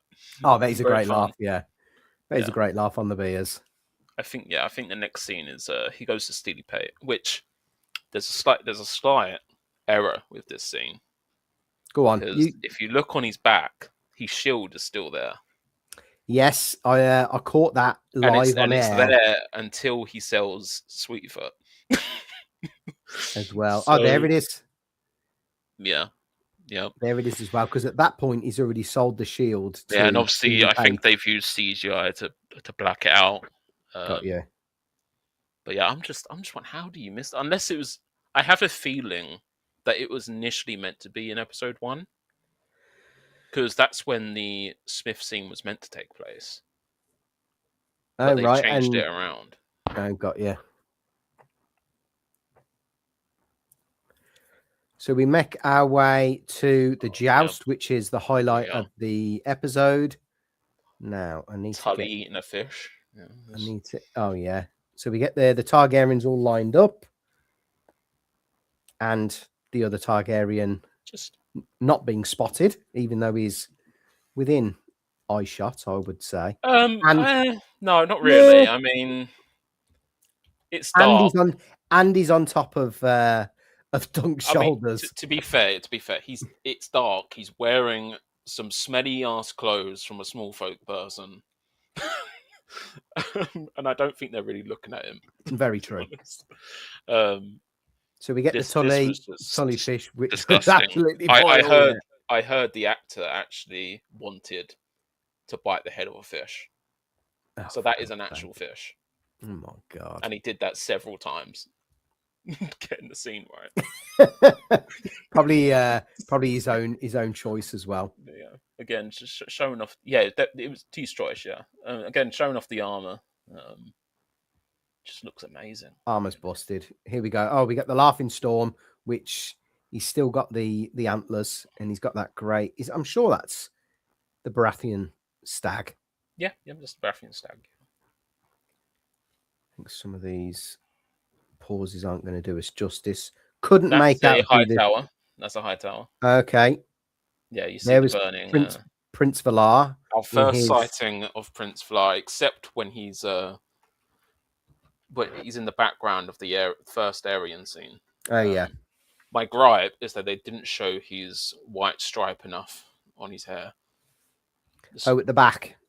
Yeah, every shot they seem to do until episode 6 just did not show the back of his head. Back of his, you want more Valar back of the head. I want more of that like white streak. Yeah, the little white silvery bit. Yeah, and that armor just looks beautiful. Yeah, it does. Also, I think I do prefer Makar's. I don't. Aerian's helmet is a bit edgy for me. Let's have a look. Let's just go back. Oh yeah, it's not as Targaryen looking. I like the helmet. The helmet's nice. It's one of those helmets that I wish Daemon wore the helmet in House of the Dragon, because obviously he had an open helmet, and I don't really like open helmets. True. I think it's weird to do so in a tourney where you're going to get a lance to the face. Targaryen armor. I'm sure the armor in episode 1. Oh yeah, it did look a bit strange. Although there is, it must have been some sort of like detachable. Oh no, someone's put the visor on. Someone's edited. Oh no, I'm looking at an image on Reddit, and someone's edited an image of him having a visor on, and it looks far better. Yeah. Yeah, I think a visor would have made a big difference to it. That was pretty epic looking armor, though. No, I've got no issue with like the armor itself. Helmet. Yeah, but that's just me. Yeah. All right, let's get back the joust was great. I mean, it was 5. Is it 5 on 5? No, it was just 5 jousts at the same time. 1, 2, 3, I don't 4. think they were teaming. Yeah, it wasn't like a 7 on 7, but there was 5 jousts. Yeah. Which was it was like an opening night to the tourney. Let's see if we can just get these couple of seconds. Oof. Fucking busted. And they're just giving it large because I thought it was brilliant. Everyone's braver men than me. Yeah, 100%, man. I would not be doing that. Would not be doing that in the slightest. And I'm sure this was another scene of Egg getting a bit. So he was looking at the squires. Obviously, it takes a lot of effort to be a squire. You've got to be quick and all that sort. So he was getting worried. Then he went to get a closer look, probably to see his cousin face off against. Is that the High Tower? What looks like, yeah, I think they're showing it as the High Tower. Yeah, which he smacks. The High Tower goes.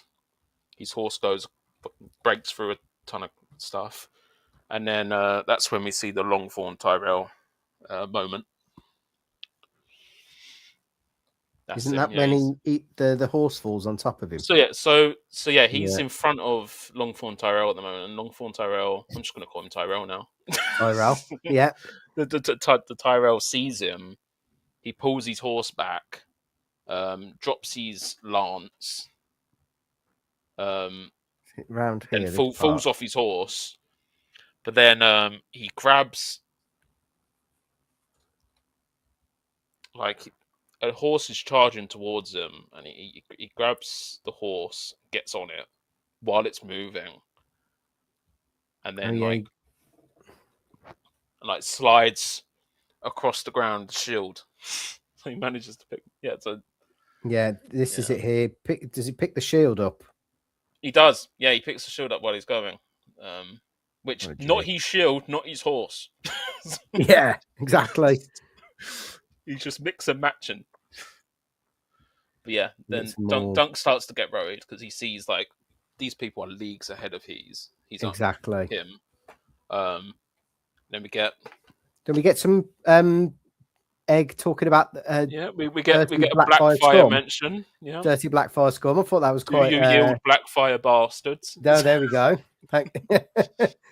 Nicely said. We get my my Blackfire reference of the episode. Let me just get to. I think that pretty much wraps up episode that 2. that moment he's obviously exacting like a child would, and then he notices Dunk not paying attention. He grows kind of a more grown up tone, like, oh, splendid riding tonight, sir. The part with the fish was disgusting. Yeah. And then he speaks about, was Sir Arlen a great knight? And he does the still speech, does a great knight die by the side of a muddy road? Or something like that. Oh, is that when he starts talking about if Sir Arlen wasn't such a good knight, I've got no chance, or something like that? Yeah, because he's got the nerves right now. He's just he's looking at all these experienced men warriors, absolutely isn't he? beating each other up. So he's got the nerves, and but at the end he says something good, which he says, his name was Sir Arlen of Pennytree, and on the morrow we will show them what his hand has wrought. Nicely quoted. Yeah. Well, not perfectly quoted, probably, but No. But yeah, then we get episode 3. Which, the wait between 2 and 3 was just... What one was it where we had to wait like 13 days? Was that the... That was episode 4, between episode 4 and 5, wasn't it? Between 4 and 5, and I thought that was the longest terrible. 10 days of my life. That was And terrible. it just so happened to have dropped at the Baylor reveal, and I just thought, you baskets, having to make us wait so bloody long. So episode 3 starts with Egg training the horse. Is this Chestnut? No, Thunder. Thunder's the war horse. He's the jousting horse.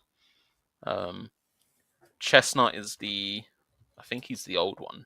Isn't he he's the lighter brown one, is it? Yeah. To be honest, I thought Thunder was black at first, but it looks like he's a darker brown. Yeah. And then obviously Sweetfoot was the white one, and the one that's worth the most. So we get Egg training, and I thought this scene coming up with can't remember his name, Patch. I thought, what's his name? Robin Riesling, that's the one. Yeah. I thought it was a bit of a weirdly for me, it was a weird introduction to Robin Riesling. Well, I don't think he had an introduction in the book. I don't think he did. I think he was just there for the trial. He was one of them that was just kind of roped into fighting either against the Targaryens or just doing it for the glory, I think, wasn't he? Yeah. Was he a hedge knight? I think that's what they intend. That's the intention of this, is like, what are you doing, Squire? He's talking. He thinks Egg has stole the horse. Exactly. So his first is, did you steal that horse? And Egg says it's not stealing if you mean to put it back. Which, you're Duncan's squire. It's none of those things. It's just you're training the horse, which actually comes to use later in the trial. He's training, which I liked. But they do another. What's it called?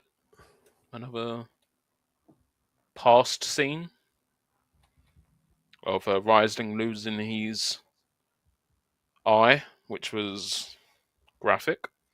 Oh, but yes, very, very much so. graphic. I think that was the graphic part. It's just eyes popping out. And that looks like a very uncomfortable eye patch, to be fair. Is it metal? It looks Yeah, metal. I think it was metal. It says it here as well. I did want to stop at this point where he says, "What? Remember this part. What's wrong with your hair? What's wrong with your eye?" I'm sure that's where they show us the. No, it's not. It's not where they. Is that where they show us the? Where we? Oh yeah, there we go. Oh, very nice. I've never paused on it before. God, that is Nicely really done. brutal. So we get, and then we get the introduction. Yeah, Egg says I'm Squire to Sir Duncan the Tall. He's big enough for the both of us. Making it official. Isn't this next the part song? about eggs and bacon? There was eggs and bacon. There was a Blackfire song. Yes. Oh yes, there was. Yeah. Let me see if I can get the lyrics up of him. The hammer smashed the bastard with his giant veiny. Yeah. So they what they did is really cool. It's like whenever there was going to be something vulgar, Egg changed to the next. He changed to the next thing. So I might be able to get the Egg Blackfire song. Blackfire song. Go on, give us a rendition. Oh God, here we are. Let's see, where is it? The Hammer and the Anvil. Is that what it was called? Okay, so this might be it. Prince Balor was the firstborn. Prince Maekar sprang out last. Damon was the bastard, so they kicked his bastard. Grass is green in summer, green grass I adore, but grass is red all over when you kill a rebel. Horses die in battle. This battle was the front. Blackfire's not a true born. He came from the wrong country, was in peril. The anvil was a rock. The hammer smashed the bastard with his giant veiny host of Dornish spearmen. Nice. Nicely done, Varga. To be fair, that I believe probably the words are there, but Egg's not saying them. Yeah, he's probably not allowed to say them, is he, given he's about 10 years old. So we get the eggs and bacon scene, which is a bit of... Oh, that just made me hungry. But them eggs are the nicest looking eggs I think I've ever seen. I'm gonna have to get myself some. The first thing I searched up when I saw that, where to buy goose eggs near me. Buy goose eggs near me. Goose eggs near me. First thing I did, farm shop. That is.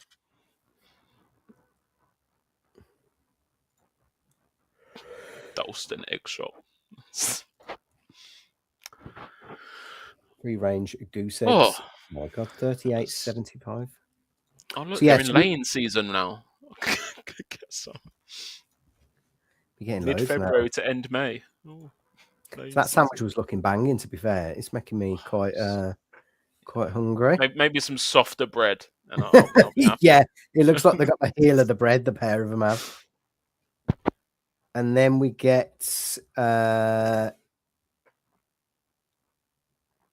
what looks like another joust, I think. So this is the joust between the two Humphreys, which I wish they shared more of, because it said that they broke 12 lances. They didn't really show that, did they? And I think if they showed that more, we might have got like a better... like we would have understood the both Humphreys better when it came to the when it comes to the trial of the seven. Yeah, I think if we saw that, they are good at jousting, they're not just random guys that have turned up for the glory of it. Yeah, and it's like, they died in the first charge. Oh. Okay. A big loss there for us. Which is I believe in the book only Beesbury dies in the first charge. Yeah, he doesn't stick around. Humphrey, the other Humphrey, Harding, he was alive until after the trial, and he passed away from his wounds. Got you. Yeah, so it was a change, but significant change, do you think? No, not really. That's probably why they cut it, isn't it?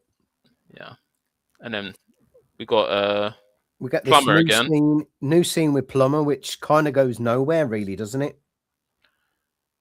It does go nowhere, and they're pulling it from another book. I think they're pulling it from the Mystery Knight, if I recall, where Okay.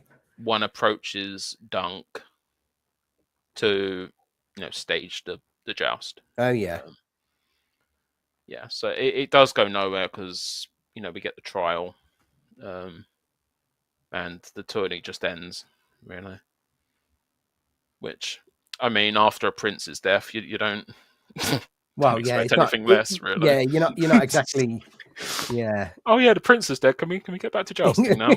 Can we get back to winning some coin? Yeah. Yeah. Right. So then we Who get knows? Maybe they bet on Dunk in the trial. very much. Yeah. And they're just rich now. Maybe that's where he gets all his coin from. Because if I recall in the book, Dunk's a bit of a pauper, isn't he? He's always worrying about money, and in this, I guess it's not a gripe. It's more just it's a bit kind of a change of. I mean, the idea is he doesn't have a lot of coin. Yeah. Obviously, he has the coin from when he sold Sweetfoot, and most of that went on his armor. Very true. So we don't know exactly how much he sold Sweetfoot for. My guess is probably a couple of dragons. Yeah. Yeah. So, enough to pay for his armor and goose eggs. And some goose eggs and a bacon sandwich. With bacons, yeah. And then we get the first appearance of Daeron's armor, and it just looks fucking Arian's armor. in my eye. Arian's armor. Yeah. And to me, it just looks absolutely majestic. It does, yeah. Let me see if I can go back slightly. Because there we get Valar chilling. That pavilion is the coolest thing I've ever seen. With the little dragons coming out as well. I've only like the little carved dragons, which are probably like carved out of wood. Yeah. Yeah. He approaches. At first, you think he's going to challenge Valar, because that's who he approaches. But he ends up approaching Harding. Yeah. Again, not a single word from Valar. You want more Valar, don't you? I mean, I do want more Valar. I'm not going to see him again. That's very true. You never know. They might bring him back for. I have for the Mystery Knight. I can see them bring him back in season 2 because I believe Dunk has a dream. Oh right, okay. They've got the opportunity to do that, haven't they? And kind of like flashbacks to this, more flashbacks with Arlen. Yeah, but I believe Dunk. If I read it yesterday, I believe Dunk has a dream of Arlen, Baelor, and Valar, and it's just this guilt that he's carrying around from the trial. So, yeah, I wouldn't be surprised if they didn't dip into that more in season 2. Yeah. So we get another. Isn't this the horse one? Harding against Arian, yeah, and let me see if I can Arian does some Arian stuff. Just again, we get Egg when they start charging. We get Egg saying, "Kill him, kill him." Oh yeah, kill his brother. Isn't this where he absolutely decimates the horse? Yeah. And Dunk says he's too low. Oof. Straight into the horse's neck. Straight into the horse, and the horse goes. Isn't the horse go straight on top of him? Yep, crushes his leg.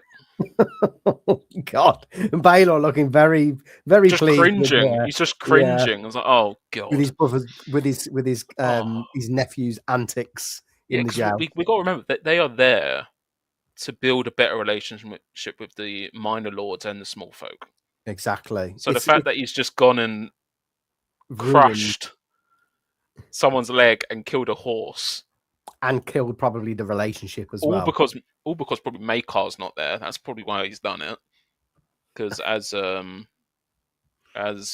Raymond says later in this episode, Arian's all chivalry while his father's watching.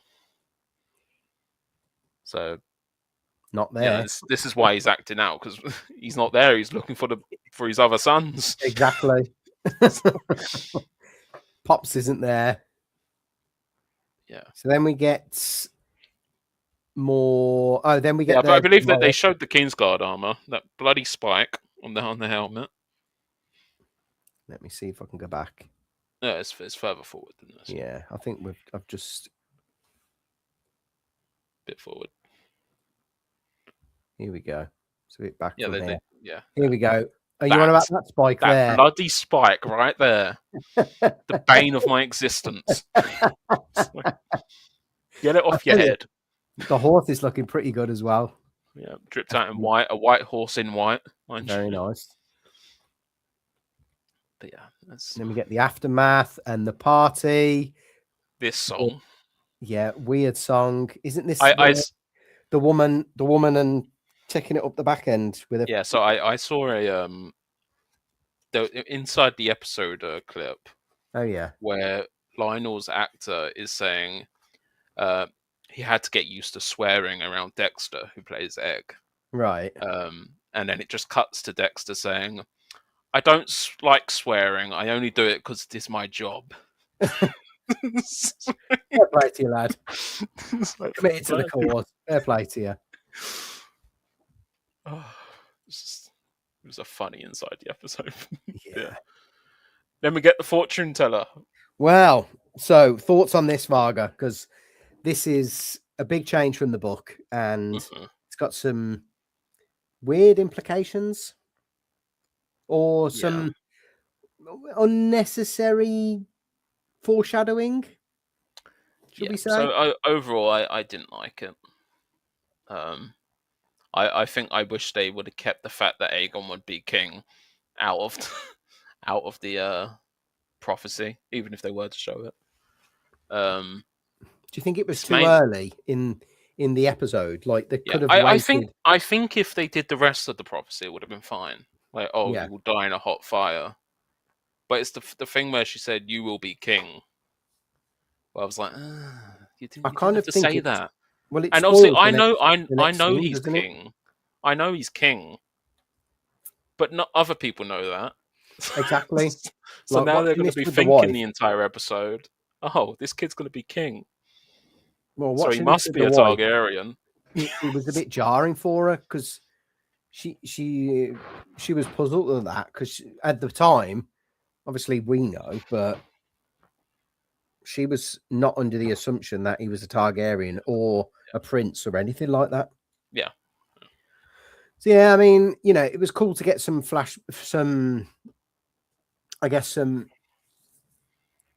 a kind of hat tip to Summerhall, but I mean, it was solely that king part that annoyed me. I mean, the rest of the prophecy was fine.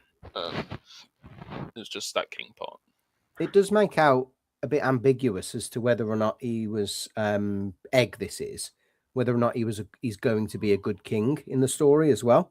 Yeah, me, I when he said people rejoicing you're dying, the lords didn't like him because he made many reforms in favor of the small folk. The small folk, yeah. But the rejoicing could also be the fact Rhaegar was born in Summerhall. Very true. So that could have been another one. Very true. Yeah. Obviously, whether the showrunners took that into account, I don't know. I mean, the amount of Summerhall hat tips and nods and stuff that we got in this season, it does make me feel like we're going to get Summerhall at some point in the very near future. I've just got this feeling. Or we're going to get some flash forwards, or we're going to get some... Might not be in the near future. I've just got this feeling. They want to get to the goods, like the real good stuff with Summerhall. Oh no, it's just my take. I just think there's too much foreshadowing about Summerhall for us not to get it early doors, if you know what I mean. Yeah. Then we get this Raymond scene where he's throwing a bit of Targaryen shade. Yeah, he really doesn't like the Targaryens.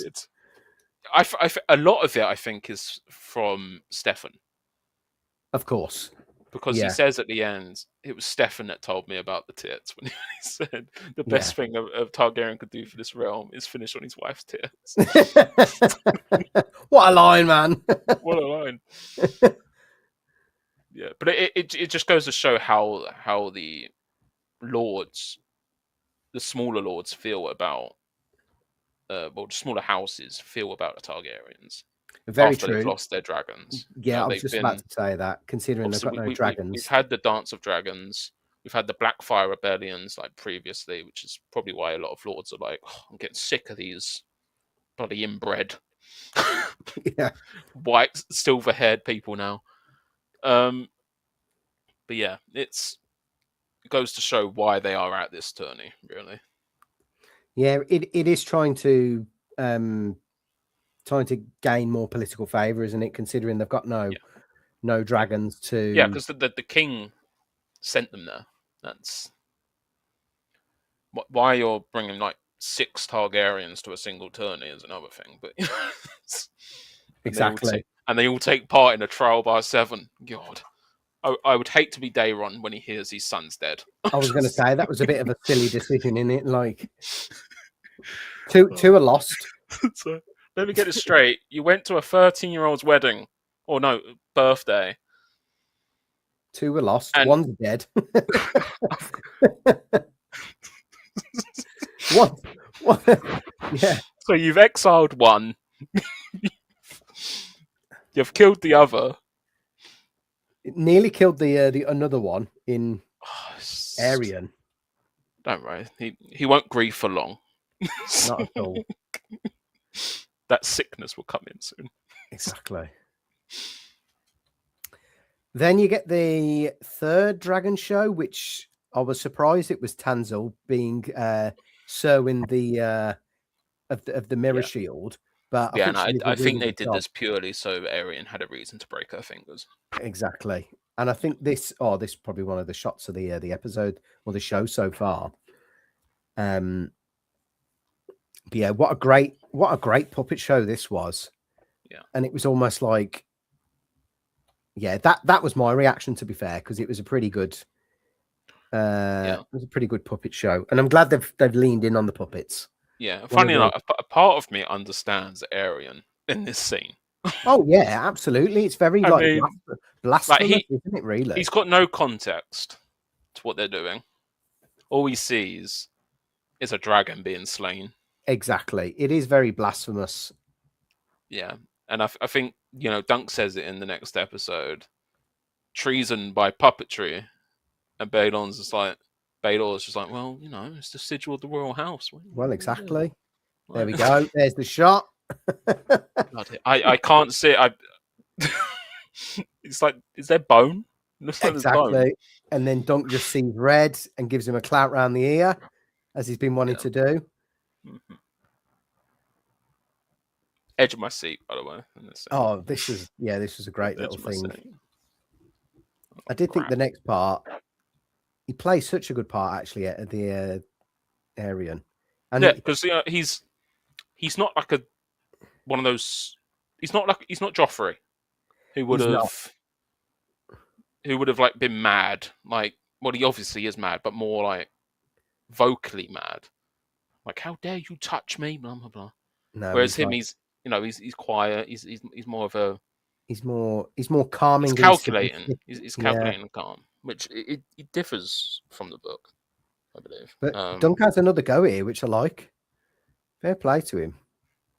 Yeah, he has another go, and then he's going to get his teeth knocked out, Godfather and Sopranos style. We get the reveal, yeah. And then we get the reveal, which to me was a bit. It kind of ended like an EastEnders episode. Yeah. I thought, dun, dun, dun, dun, dun, dun, dun, dun, dun, dun, dun. Yeah. There was almost like a play element to it, like what you see. Yeah, there was. Yeah, like, oh my god, he's a prince. Dun, dun, oh, come back next week to see more. Yeah. So that was 3. We got the reveal. He's a prince. Do you want to take 5, pal? Because we've been on this for 2 hours. Yeah, we can take 5 if you want. Yeah. Because then we're going on the back end, which I think, to be fair, we could probably not speed run it, but we could probably go through some of these scenes a bit quicker. Yeah. But we are getting to my favourite part of this season. So we'll have 5. All right. Yeah, that's works for me. Yeah. I'll just put something in the chat.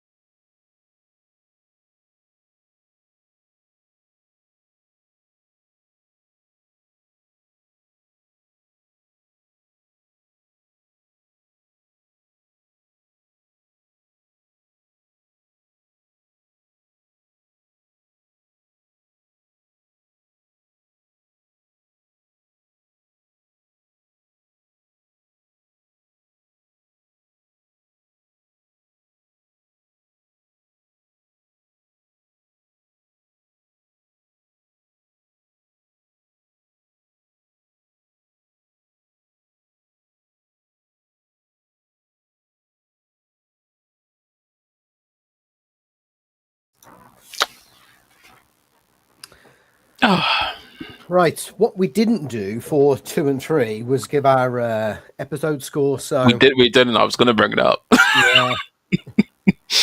So over to you for 2 and 3, back to back. Okay. Episode 2. Great episode for me. Got you. Trying to think back now. Oh god. Salty beef. So that is, yeah.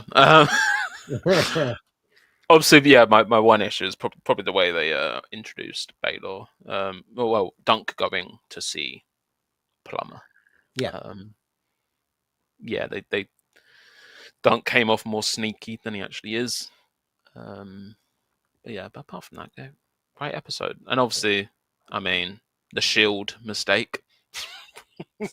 Yeah, that probably gets knocked down a peg or two. Yeah, but overall, I'd say I'd give it another 8. Nice. I mean, yeah, similar for me. I think the introduction of Dunk to Baylor was a bit weird. Him just being able, at the time, I just thought if you can sneak into the castle, like anyone can. I just thought that was a bit easy. The shield I only picked up on afterwards. But I thought the jousting was really good. Similarly, pretty much to episode 3, I thought the jousting was good. What else? But yeah, I think better than episode 1. Episode 2 was probably a 7.5, I think, for me. Only because I wish they just either did it as one episode or gave us them together. Yeah. Now, episode 3, I think to be fair, I think it gets even better throughout the whole season.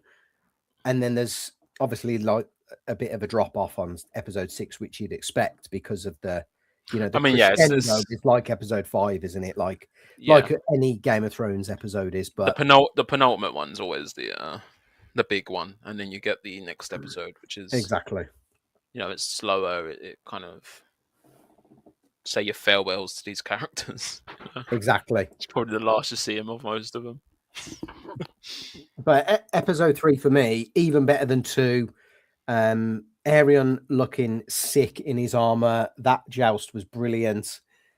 What else? The reveal at the end, I thought they did a pretty decent job of that. I don't think they could have done any better.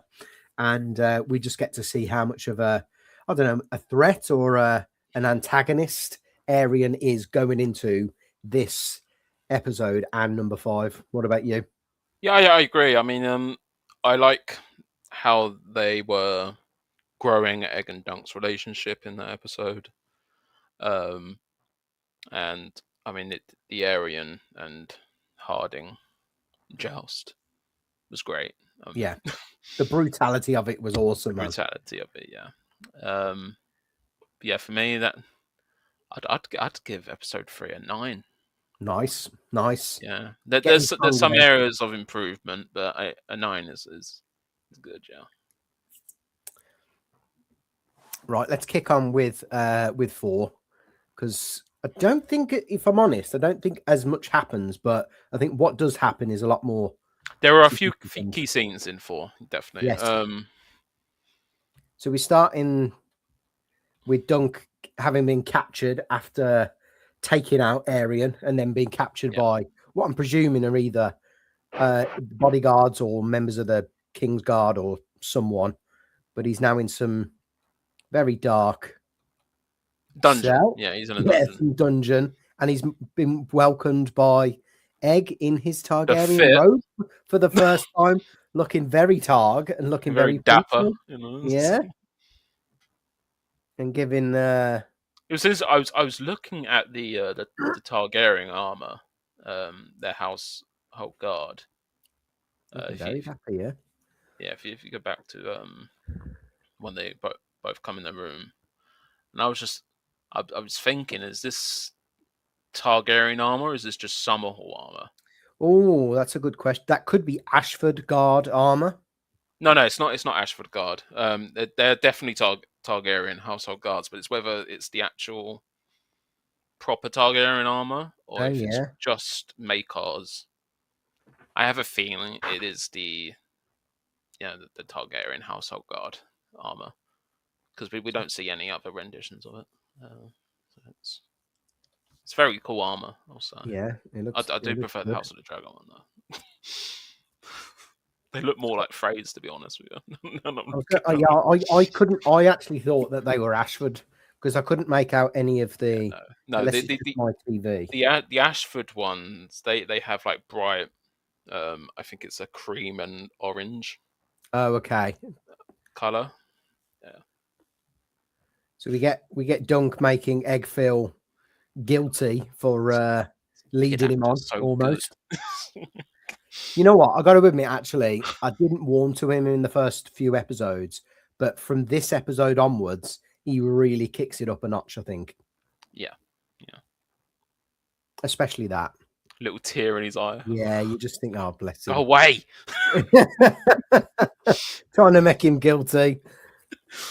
And you see Dunk is guilty. He's looking Yeah, at it as he was scolding him, he was like, oh, yeah, shit. he's put the waterworks on.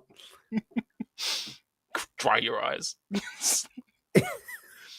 Stop making me feel worse than I already do. Yeah. And the next scene is actually one of my favorite in the whole season. I was just about to say the same thing, because this shows Baelor in a completely different light versus any of the other Targaryens in my eyes. Yeah. Isn't this where he asks him, how good of a knight are you, sir? And then puts the trial of the seven idea in his head. Yeah. Fun fact, the book he's reading, someone looked into it. It's because you see a small glimpse of it at some point. It's actually the first trial of seven with Maegor. Oh, really? Yeah. And the details of him. He's reading it, yeah. Oh, very nice. Because why he's reading it, you don't know. Well, that's it. Yeah, it's probably just like an Easter egg. Yeah, just a little callback. Yeah, he grabs a book at one point and just puts it back. It's like, what are you looking for? I wonder if he takes it from the table, because I don't think you can see his hands. No, he grabs it from the shelf. Oh, from the shelf. And then just puts it back. He looks for a couple of pages and just puts it back. He's like, oh, doing a little bit of quick reading, are you? Just as this man tries to defend his innocence. Exactly. Against a man who snapped the fingers and the hand of an innocent woman, just trying to do a job. Then we get the scene with all the boys. My key takeaway of this scene is just Maekar's disdain for his son. Wow, this look says it all, doesn't it? It's like it's like when he's messing with I think he's eating nuts. The first thing you ever is he's just clenching his jaw, just punch him in the face. So you know what I do love? I mean, one of my key takeaways is one, he wishes his son was less of a dickhead. But the other one is, for me at least, these two scenes back to back show how distinct each of these Targaryens are. Like Maegor just really doesn't care about anything because he's fourth in line, or the fourth brother. He is, I think it's sixth in line to the front. Sixth in line, yeah. Either 6 or 7. It's one of the two. He's very much down the pecking order. So he really doesn't care about much other than his son not being. Yeah. My one issue is that he should know what a trial of 7 is. Exactly. And given Maegor's, it's literally the first thing in Maegor's reign is against the trial of 7 against the faith. Yep. And this is a key moment in Targaryen history. It would have made sense. It would have made better sense if it was from either Ashford or Tyrell. I was going to say, if it was from one of these or Dunk himself. It's also strange that Daeron is missing from this scene, but I think they were saving it for the scene that we get soon. But Daeron should be in this scene, but he's not. You know, they had an opportunity as well to bring Valar in here. So even if it was coming from Valar, because he's quite young, maybe he doesn't know that sort of thing with Maekar and the trial of the 7. Yeah. But yeah, They did three love. distinct personalities, which I But even love. then, for Valar would have known. Yeah. Unless they've just completely like wiped Maegor's reign off the map. Not showrunners, rather the Targaryens, just to, you know, Oh, just to like wash it yeah, from their memory because of how yeah, but much of a disgusting king he was, sort of yeah, thing. I would expect Aerion to know what a Trial of Seven is because he's a Maegor fanboy. He's a Targaryen and a He, Maegor na- he fanboy, isn't named he? his son Maegor. You know, Yeah. Can't get any more Maegor loving than funny that. enough, Yeah. one of the reasons why his son was not selected to be king because his name was Maegor. They thought he was going to be Yeah. spit Plus, spit Aerion was finger. crazy at the end, so it's Yeah, drinking that wildfire. Spoiler. There we otherwise, go. yeah. Well, I think we showed enough. A load of spoilers. In fact, the pair of them here, just like, why are you such a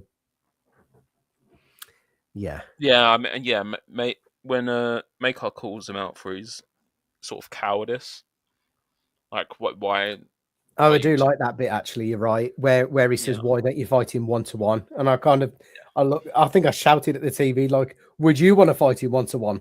Because I wouldn't. I mean, Arian is a trained fighter. I wouldn't call him a coward. I mean, in the book, he is very much a coward, and I think that's where they differ. I mean, Yeah, very Arian straight up up until was this point, beating Dunk in that fight. and up until this point, he does come across as quite a He's um, arrogant. he is, but he knows what he's doing and he's quite competent. Yeah, yeah. I think he just didn't want to fight. No, That's not to say he's cowardly. More, I think from what I got out of it is he knew he had to get his hands dirty with Dunk. yeah. Whereas the rest of them, he could like outthink the opponent like he did with the horse Well, previously. he didn't expect someone to attack him back. That's Very that's true. where the that's where the Targaryen arrogance comes in. You know, they thought of themselves as so powerful that no one would ever strike against them. But I think Very true. he got a taste of Dunk's strength when he got slapped about in the last episode. So he's like, I do not want to face this man. Exactly. Well, I wouldn't. Bloody 6'7" or Yeah, however tall he is. he was using Dunk's status as a hedge knight against him because he Exactly. didn't think he could get the six knights to fight with him, and he almost didn't. So Maybe that's what he was. Maybe that's why he went for it. Actually, it's just clicked that as because he yeah, maybe even Arian at the time knew that Dunk wouldn't be able to rustle up 6 others to fight with him. yeah, yeah. I think the next scene of note we get is in the tent. Now, This one thing I prick. got to point out is I don't know why Raymond's here. I don't know if he was waiting for him, maybe. He was watching his horses. Yeah, or watching his horses.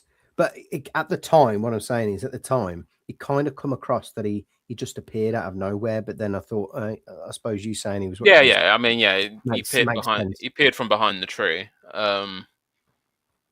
Yeah. But I actually thought this scene was really good with Stefan and giving the I was on speech his side. to. I totally forgot the I was book. loving it, Vargs. I was, Honestly, I was loving it, and I I was thought totally forgetting. I was like, oh I, I yes. thought, I thought at the time, I was thinking, I thought this guy was partnering with the Targaryens, but they've Yeah. changed it now for him to partner him and Raymond to partner with Dunk. But then I thought no, because there's Apple versus Apple in the Trial of the Seven. So what's going on? Yeah. I completely like the book was not even on my mind in this scene, Yeah. and I was like, yes, come on. Yeah, what a You got speed. one night. One Come son. on. So I was proper rooting for Yeah, and both obviously ways at this point. Stefan says, he has friends, Sir Lionel, Lord Lannister, someone named Sir Otto, and then he just disappears. And then Egg comes in after a brief talk with Raymond about potentially running away. But Isn't this where? Oh yeah, because he gives him a slap here, or he threatens to. Yeah, Isn't this something that where? did not happen in the book. No, But this bit not confused me, but it did make me wonder. Did I think it confused a lot of Darren? people because we hadn't properly seen Daron before. Obviously, episode 1 we saw him briefly, but we didn't really see his face much. Yeah, So when someone comes in, at first I thought it was Arian. In truth, yeah, I did as well. but It, then it got me thinking. Did he? And maybe you can confirm this. Did he say in the book that he was going to throw the tournament? I can quickly check. I couldn't remember. I think he did. It was a good scene. Okay, let's see. I don't know. That's right. It's true. It's your uncle. Because this is where he confesses, doesn't he? Like, although I'm on. Okay, God's be good. I hope not. This is are you mad? Come in here. Even Okay, so Dunk does pull his knife in the book, but he doesn't attack him. He just pulls his knife. I got you. Let's see. Oh yeah, no, he does say, "You have little to fear from me. The only thing I like less than horses are swords." Ah, great line. I'll do my best to look gallant in the first charge, but after that, well, perhaps you can strike me a nice blow to the side. Yeah, so he says it pretty exactly much word to word. Yeah. The only part he didn't say is, "My brothers have my measure when it comes to fighting and dancing and thinking and reading books, but none of them is half my equal as lying insensible in the mud." Oh, very nice. Wish we got that part. Yeah. That's a good line, that. I like that. Great scene, though. Yeah, I really like this scene. There was a more of like an apologetic feel to Daron. Exactly. Because he's a dreamer. And why Egg likes him as well. Yeah. Yeah, he's like sincere and almost noble. Well, I wouldn't call him noble. But nobler than the other Targaryens. I saw more Baelor in him than. He's a sad character, I'd say. Yeah. I mean, I saw more kind of Baelor in him than Maegor. I mean, yeah. I think after this, he says, "My dreams are not like yours. Mine come true. An impressive talent for an unimpressive man." So he doesn't really think highly of himself. So yeah, but I liked this scene. Yeah, it was good. Obviously, Aegon revealed a little thing about Aerion, which is like, "Oh, punch him in the bloody teeth." It's like going into your little brother's room, threatening to chop his balls off. Come on. That was a bit, yeah. That was a bit. Oh Jesus! Oh, I think it does show the psychotic nature of Aerion. 100%. And to me, at the time, and the reason why Egg hates him. Exactly. Yeah. To me, at the time, it was like, now you can see why he likes Daron and he hates Aerion. Yeah. And then he understands Daeron's a drunk, but he's still a good brother. Just a terrible warrior and stuff like that. I'm going with the word noble, but you get what I mean. It's like, I get what you mean. He's a bit more. He's a bit nicer, basically. Yeah, and then I think he comes across nicer than in his book counterpart. 100%. A lot more rememberable as well. Yeah. There was apparently the actor when he was like 18 was auditioned Jon Snow. for Jon Snow. Yeah, I only heard that today. That was Everyone. And then people also saying he would have made a great Rhaegar. Oh, very true. Actually, he looks like a great. He looks like the spitting image, actually, of Rhaegar Targaryen. Well, I suppose this guy's got more shaggy, curly hair. He looks, to be fair, he looks a lot like. He looks a lot like. Who was Daenerys' other brother? Viserys. He looks quite. Very similar to Viserys, although Daeron here looks more ginger. Anyway, He's got light. He's got like light blonde hair. He's not yeah, exactly like full-on Targaryen, like the rest of them. yeah. But it's crazy the amount of people that have auditioned for other roles. I believe Wasn't it? the person Ramsay. that played Lionel, he auditioned for the role. I think it was of Theon. Okay. Which, I mean, I don't know how old he was then, but it's really Yeah. And Ramsay Snow went for Jon Snow as well. That I don't know how I feel about that. That would have been like, imagine that, and yeah, I don't know. So we've got a great scene overall. Yeah. And then we get this. Is this another call? Was this another call to Summerhall, or?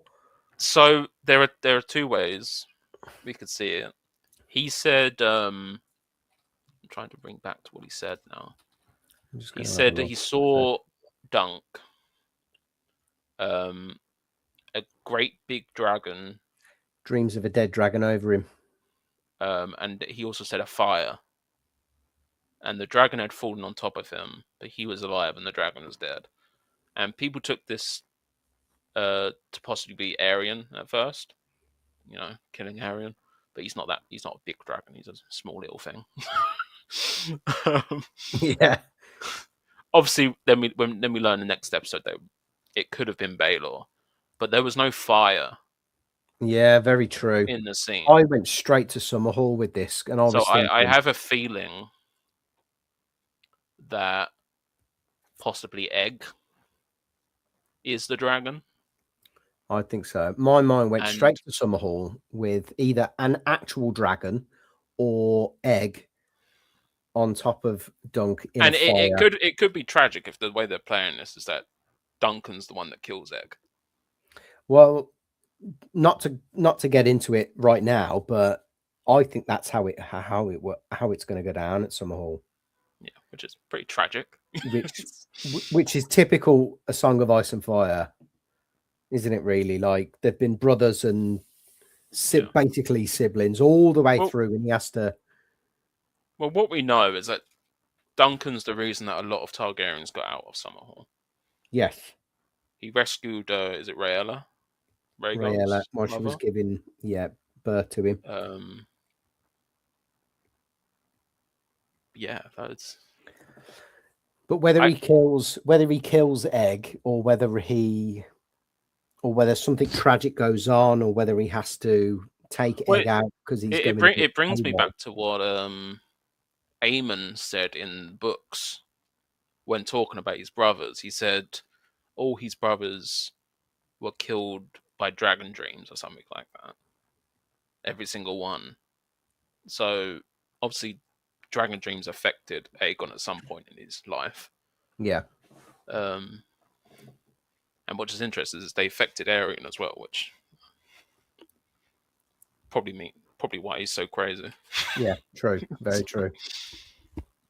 So it's really a matter of when is that point, because we've seen the madness in Egg in the last episode. Yeah, especially in episode 6. That is there, lingering. Yeah. Get a nice scene with the blacksmith. Yeah, with Steely Pate. Loved it. Yeah. Loved it. With the and the shield. The Elm's alive, man. You know, all the little quotes from the episode. Loving it. Yeah. Where's the shield? I want to get a shot of the shield. Because we do. Oh, there we go. That is a nice looking shield. Lovely shield. It's the type of shield that you'd hang on a wall, not necessarily use on his wall in Bloodraven's cave if he is Cold Hands, or wherever else Dunk may be in the main series. But you know, now my one issue with this is Steely Pate says he reinforced the shield. Yeah, where, mate? There was no sort of reinforcement in the next episode. It's got absolutely smashed to bits in a fight, doesn't it? Yeah. I'd be going back to my steel did money, you use, man? Can I get a refund? I know you gave it to me on copper. That was a great scene. And then we get another good scene actually before things kick off. Yeah, that we get introduced to who's fighting. We get Egg bringing the boys. I'm just trying to get the shot. So Humphrey Harding. You can take us through them all. He says the debt is Arian's, and we mean to collect it. You got Sir Robin Riesling. So there's Patch, Robin Riesling, who says an interesting thing, I think, which goes back to his God's talk. He says, let me think now.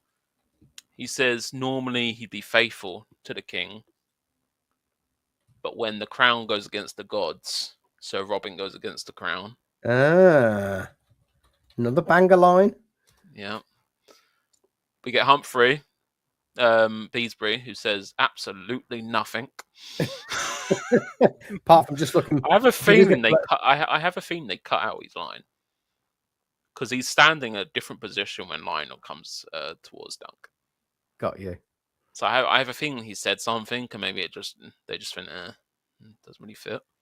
He doesn't really need to say anything, though. He looked bloody majestic. No, that mustache says it all, really. That golden mustache, man, it says it all. Yeah, and then so this is the guy on the left who had his leg broken. Has his leg broke. That's Patch. Is that there between them though? Is that there Stefan Fossaway? No, Stefan doesn't come until or is he in the back? Because you get Lionel with the. I don't think Stefan comes through until later. I don't think we see him before. For another minute or two. Yeah, so we get Lionel, who says, "Oh, that beautiful mustache." Dunk says, "Thank you to Sir Stefan for getting you." And yes, Lionel just says, "Who the fuck is Sir Stefan?" Your boy found me.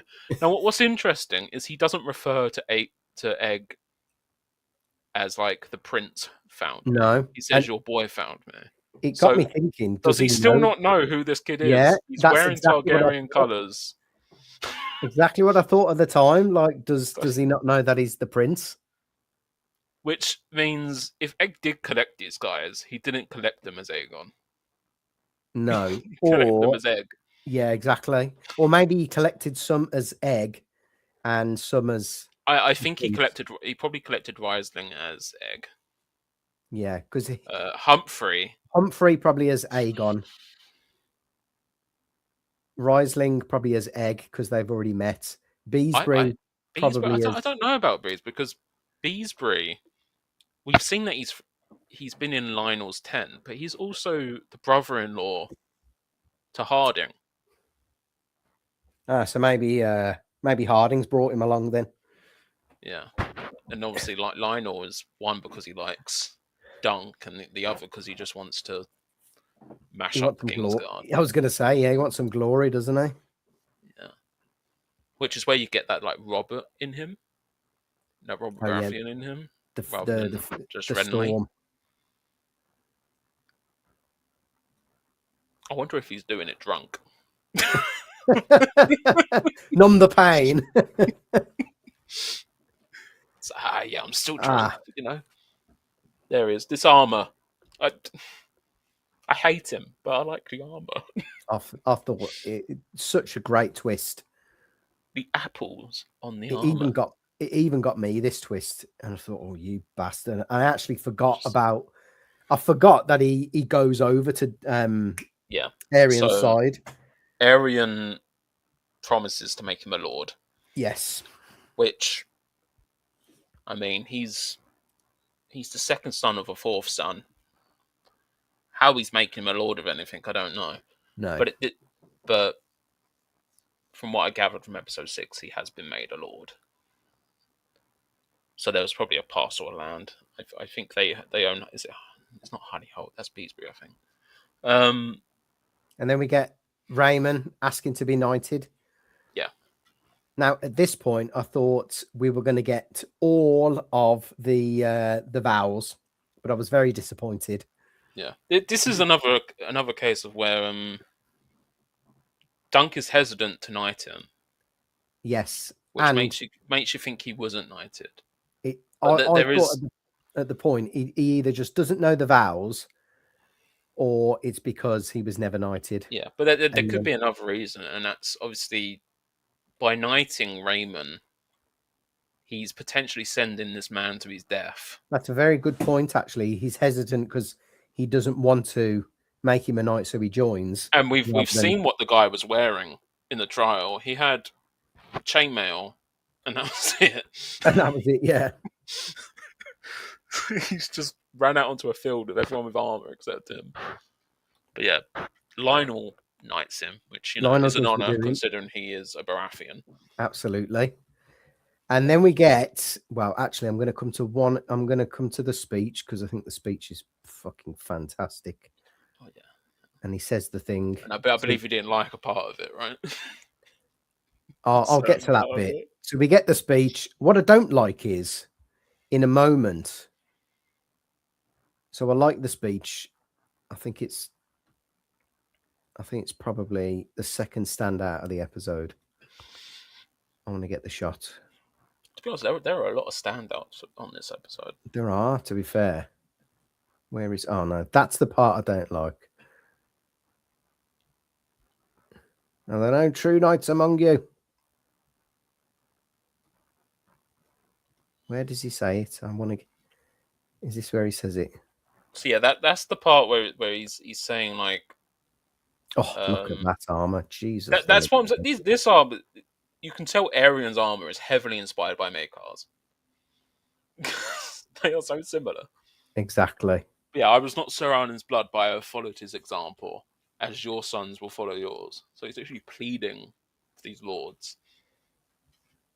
And then he says, who will stand and fight for me? And that's there no true knights among you?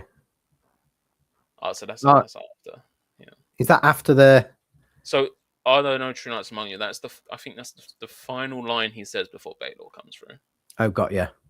Yeah.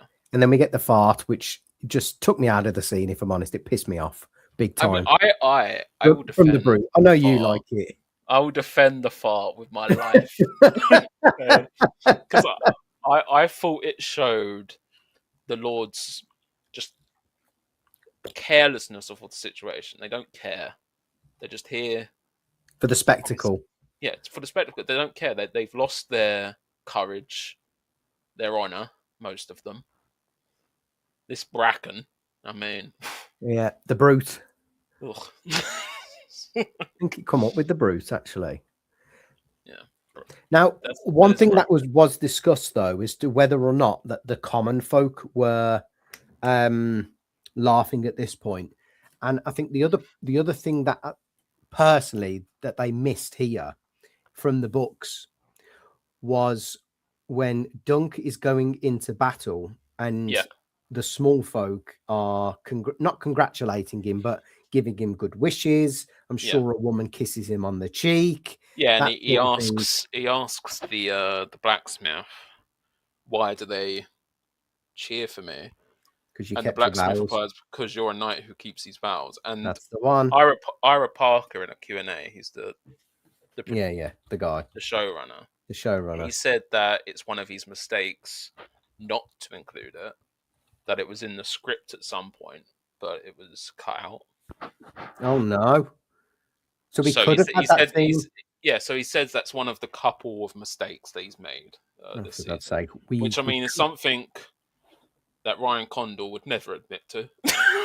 Exactly. I you know what, you're right there. Like, fair play to him for coming out and saying it was a mistake to not include it. Yeah. Does it change much? Probably not. But I mean, some people say it would have been a great to have. Some people say it changes like the whole feel because that is the crutch of what the novella was about. A knight who keeps his vows. But I think it's shown without it. It would have been nice to have, but I think it's shown that that it's still the intent. Yeah, I think the one thing for me that it takes away is I was actually unsure whether the common folk were on his side at this point. Yeah, but I think by the end of the fight, you see them all cheering him on. They're like, "Get up, up, up." Very much, very true. I think they wanted to keep Dunk at his lowest until Baylor True. came through. I feel if the small folk were behind him, that Baylor moment would have been less impactful. Very true, because he's now got, I suppose, he's now got nobody in his corner. Yeah. Obviously, he has Raymond, he has all these other ones. Yeah, But most of them are probably doing it either for someone else or for their own accord, not for Dunk. yeah, I'd say the only one probably they're doing it for Dunk is probably Raymond. Yes, yeah, he's like, spot on, yeah. me. Raymond the Chad. Just yeah, mega Chad. Bloody But like then me. we get one of the most Game of Thrones-esque lines ever, in my opinion. And he does it to perfection, man. This scene, I don't know what it is. I don't know if it's the accent. I don't know. I ain't got a clue. But when he says that, when he says this, it's coming up. And you defending the far, I will defend this. This is... Are there no true knights among you? I loved it. I thought it was great. I thought it was I was so pumped. I was like, come on, let's go. I was pumped. I had goosebumps. I was shouting it myself. Oh, there are no true knights among you. I was loving life. The wife thought I was a right weirdo at the time, and I could not care less, man. It was one of the best moments. But then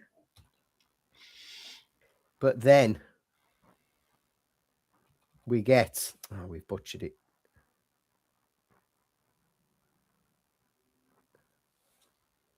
We get a man in black armor. We get... And in the books, yeah, it's implied that it's Valar, and you can clearly see it's not Valar because he's too built. And then you get the reveal, and it's Baelor. Oh my god, I loved it. I will say, looking back on the scene, he takes off his helmet in a very weird way. Yeah, a bit of a caggy way. Yeah, I got it. You are right. You are right. Minor detail.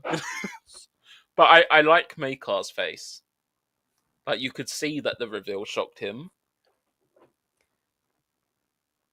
I don't think he expected it to be Baelor. Oh, what? I will take to Duncan's side. Yeah, he's just flabbergasted. I loved it. Oh, yeah, look at him in the corner there. What are you doing, you old fool?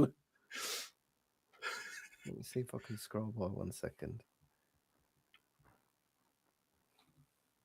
I will take to Duncan's side. I loved it. I just like the head. I just like the head imagery of Makar going over there to scold his nephew. Yeah. Oh, doesn't he? Yeah, he goes off in a sec, doesn't he? He just follows after him. Was like, oh, he's about to scold someone. Oh man, that is one of the best moments in Game of Thrones since Viserys, and then since what is that before? What was before Viserys? Like, give me a better moment. Like, Hard Home, Hold the Door. Probably, yeah, it's probably one of those two. Yeah. What does he say? Every night, true knight must let the gods decide. Let the gods decide whether he is right or wrong. Like, give this man a chance to defend his innocence. What a scene. That encapsulates, for me, Game of Thrones 100%. Yeah. Then we had to wait 10 days. And then we had to wait all that fucking time for the name. In the Name of the Mother. Damn Super Bowl. I love the fact, yeah. Baelor's taken command straight away. Loved it. Taking command, giving the boys the pep talk, telling them the strategies. Loved it. There was a bit of tension between him and Lionel.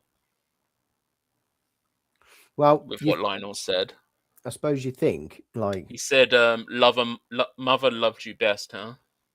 Shame, no man fights so fierce as one neglected by his mother."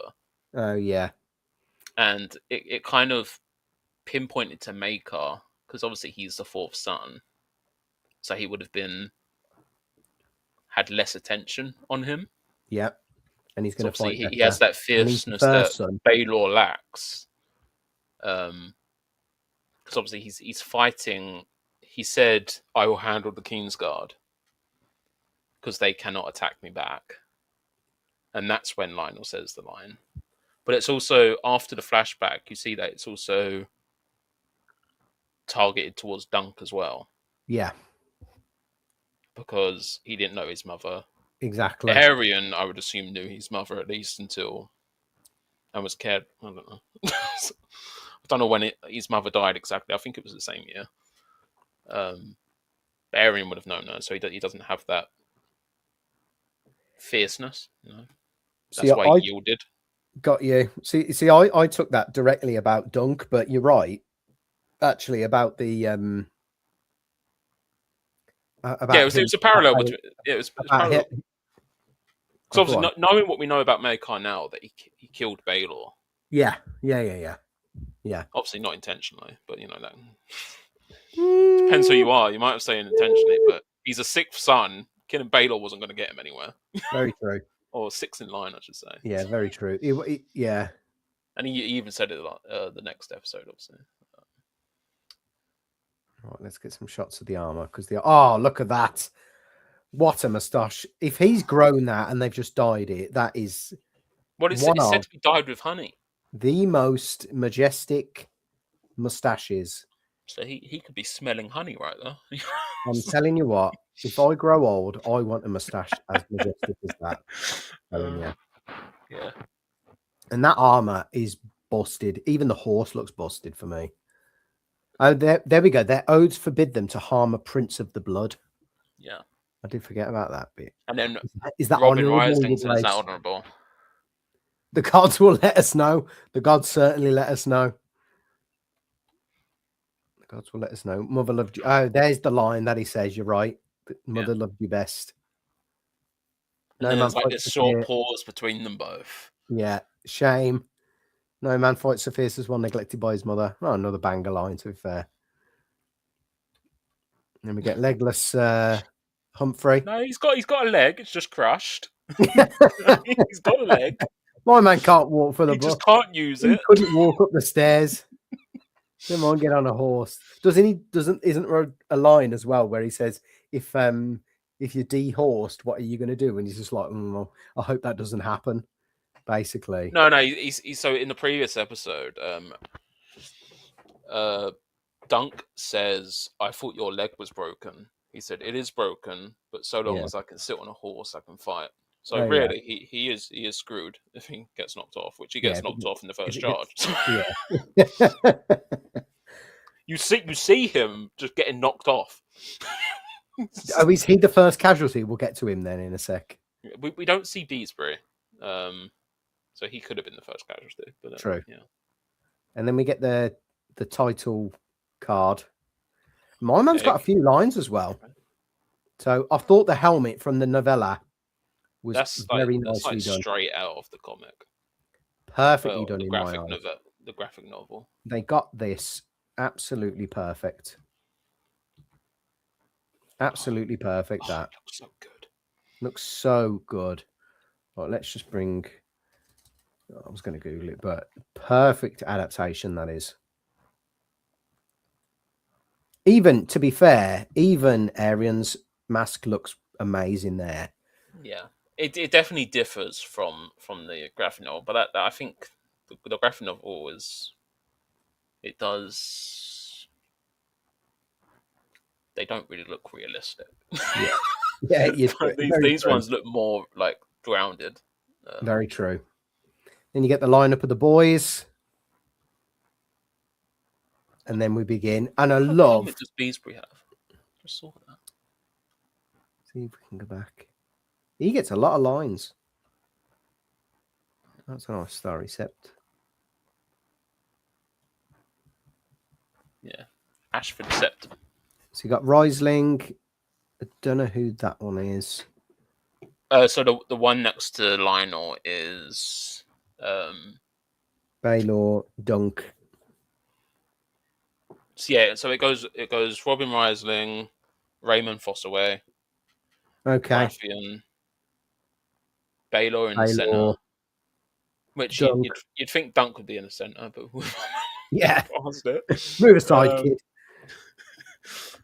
That one is Harding. Okay. Oh, And because then of the white that's horse, yep. Beesbury. And then More Beesbury. so the shape of his armor. Yeah, you can kind of tell there's a bit of a yellow tinge as well. And he doesn't have antlers. Yeah, that's the crew. That's the squad. That's the boys.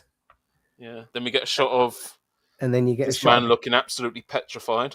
the King's Guard, Stefan, and then Daron going for. It's almost like he knows something bad's going to happen here. Yeah, 100%. Oh, what's interesting? His helmet has like a bit of green on it, and I swear, like green is very much, at least in Song of Ice and Fire, it's very much associated with like dreams. Oh, really? I think. Oh, so. green dreams and stuff like that, and yeah, So the crow. Look at that for again, armor as another well. open helm in a Yeah. joust. Yeah, a bit nonsensical that is, isn't it? It's like, yeah, you will get knocked to the ground there on if you're wearing that. I did love the POV style as well with the camera work. I thought that was ace. And then we get the charge. And obviously, Dunk's panicking, and this is where the episode 3 start with Egg training the horse. Is great because he starts giving the command to Thunder. That's a really good. Go. That's a really good point, and I've only realised how it ties into episode 3 now. Yeah. So when Egg was shouting up, go, he wasn't talking to Dunk. He was talking to the horse. Thunder. So it was like swimmers on the side of the pool. Yeah. Which I mean, when that horse has great hearing. Yeah, under all of that arm padding, yeah. Give him a medal. Stand out. And the shield just does absolutely nothing. Just does nothing. Does he get hit in the side or on the shield there? He gets hit on the shield, and I don't know how it goes through the shield and into him. It kind of bypasses the shield or goes through the shield and then into his side. His shield breaks. It snaps in half. So it must have hit it. Let's just see if we can.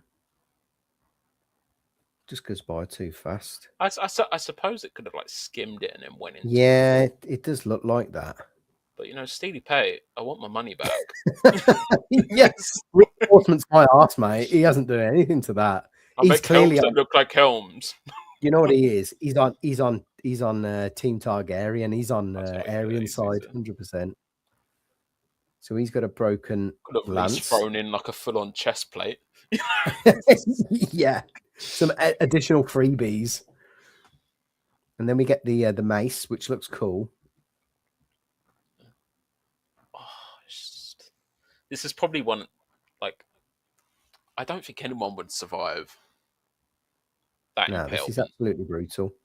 No wonder I've just realised now, having said that about the shield. No wonder he sacks the shield off and just gets his sword out. Okay, let's go back one. Oof! Right, I felt that. I felt that. The amount of times he got hit in the head. Exactly. Then we get the flashback. Which, if I'm honest, I didn't appreciate the flashback. It grew on me. Until all of this.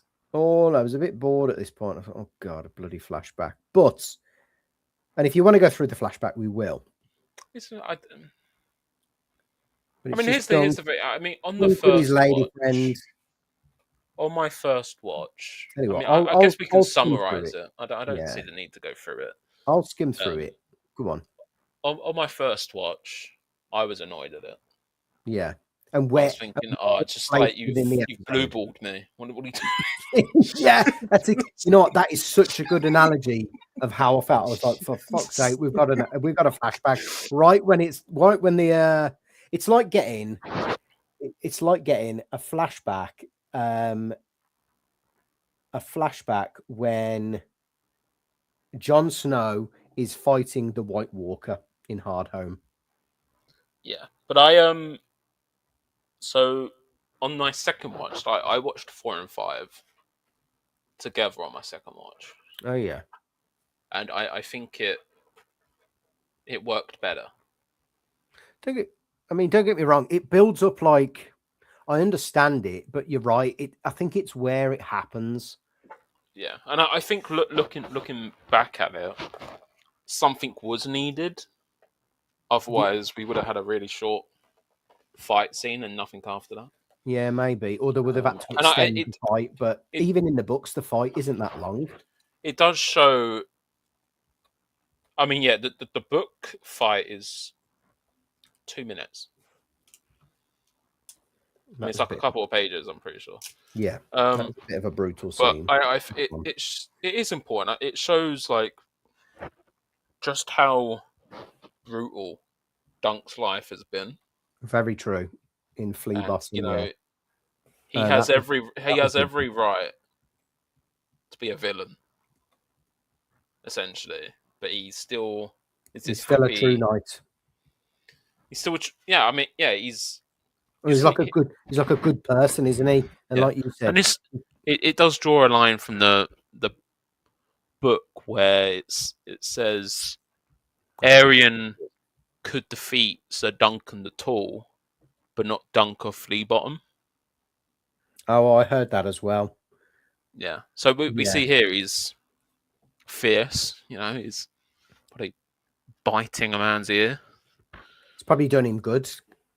Some good. Gets sticked in the leg by a spear. That was and manages to walk. What a legend! And this is my favourite part now. In the name of the mother, get away from that boy! Leave that boy be. Let that boy be. Just drunk off his mind. Drunk, pissed as a fart, and straight in like his saviour. I just thought, what? Comes in, kills these two. I think they're gold cloaks. I might be wrong. Yeah, they have the armor of. They have shared armor, so it must be the gold cloaks. How they have fallen? Daemon would be. I know, yeah, he'd be embarrassed, unimpressed. Exactly. And then you get absolute drunken Giga Chad in Ireland, just hauling ass, taking names. The way it goes, he's like cuts his head off, and then it goes to the pigs. Love it. Just the pigs eating his head. Loved it. Let's see if we can get the short. Yeah. I did enjoy that scene. In the name of the mother, let that boy be. I mean, I knew Rafe was probably going to die the moment we saw her. I was like, yeah, 100%.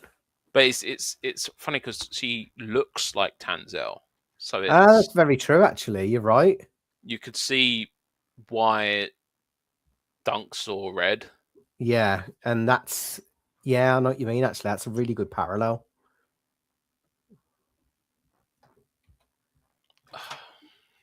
And then we get Dunk. I'm sure Dunk saves him, doesn't he? Oh no, Arlen takes him out. Yeah, takes him out, and then he just goes, out of my way. See ya.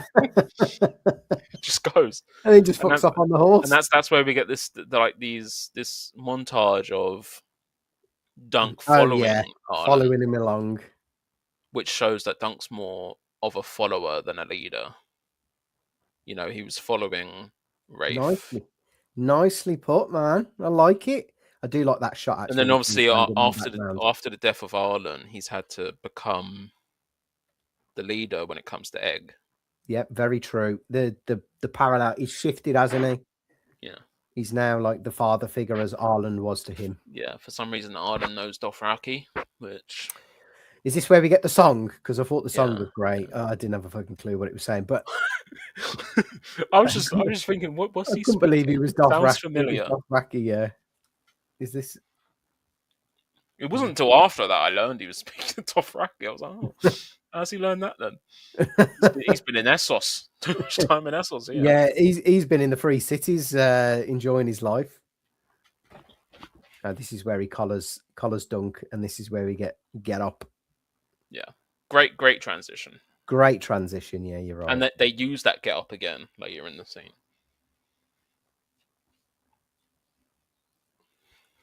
Get up. Just And then caked in mud. Oof, look at that. Brutal. Okay. Brutal. But yeah, I'm just gonna go back. The amount of times he gets hit in the head. I did think he got hit almost a bit. So he got hit by Arian again in the head. Then Maekar came through on his horse and just smacked him with a mace. And then that's when we see Baelor grab a spear and just shove Maekar off his horse. Hang on. That's a target. Is that? That's Maekar and that's Baelor. So Baelor's the one with the spear, taking Maekar off his horse. So this is what I wanted to do. I wanted to slow it down at this point.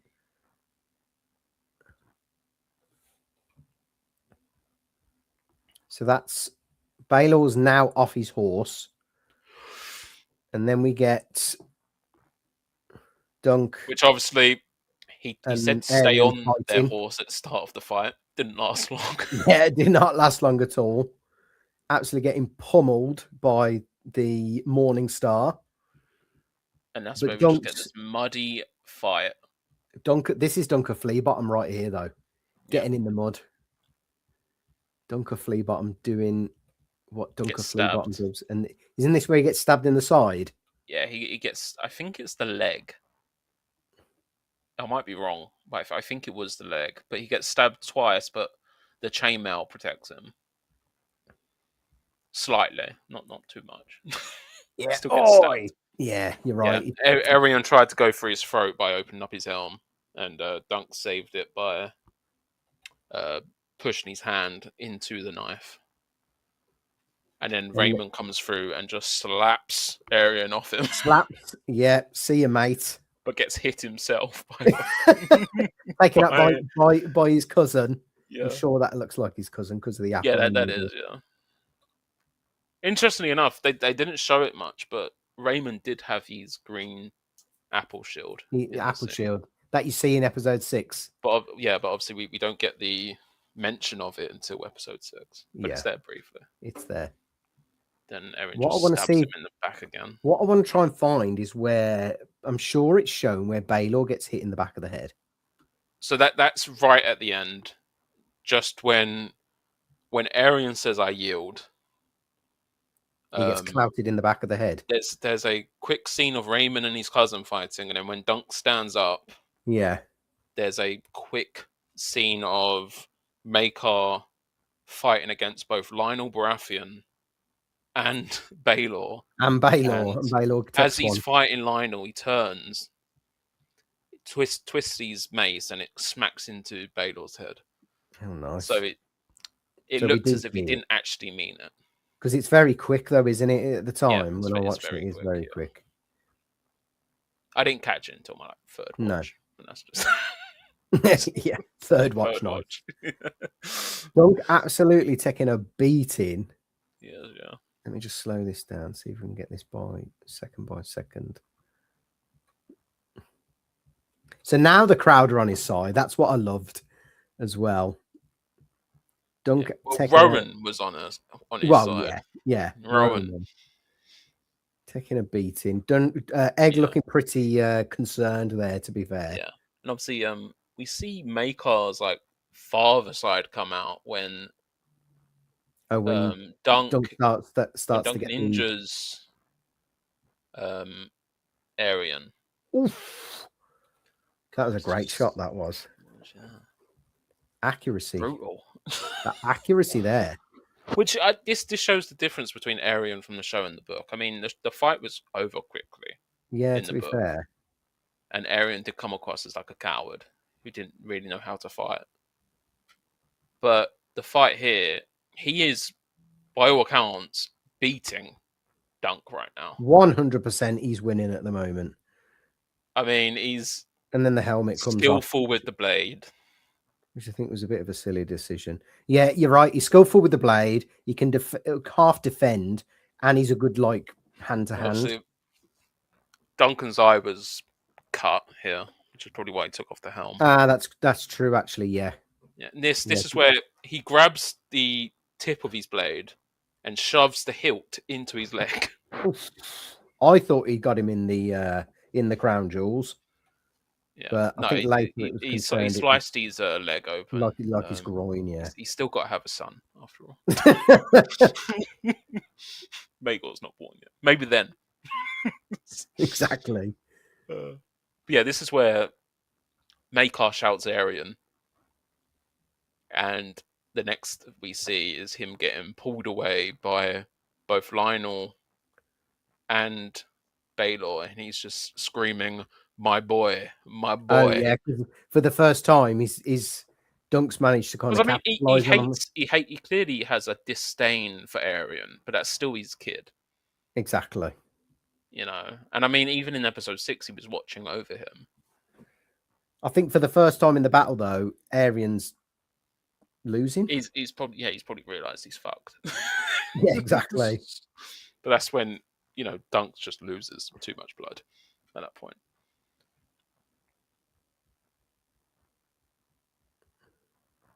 Yeah. I did want to get your opinion here. Do you think he was potentially brought back to life by the Seven? Oh, that's a good shout, and because I mean he's gone. He is gone. His eyes are wide open. I tell you what. I think the only downfall is that he was down for a bit too long, or it was. Yeah, he got up at the right moment. Just the right moment. It was like, I'm not saying it took it out of it for me, but he's dead. He's not dead. Yeah, I don't know what brought him back, unless it was Egg just giving it 10, really.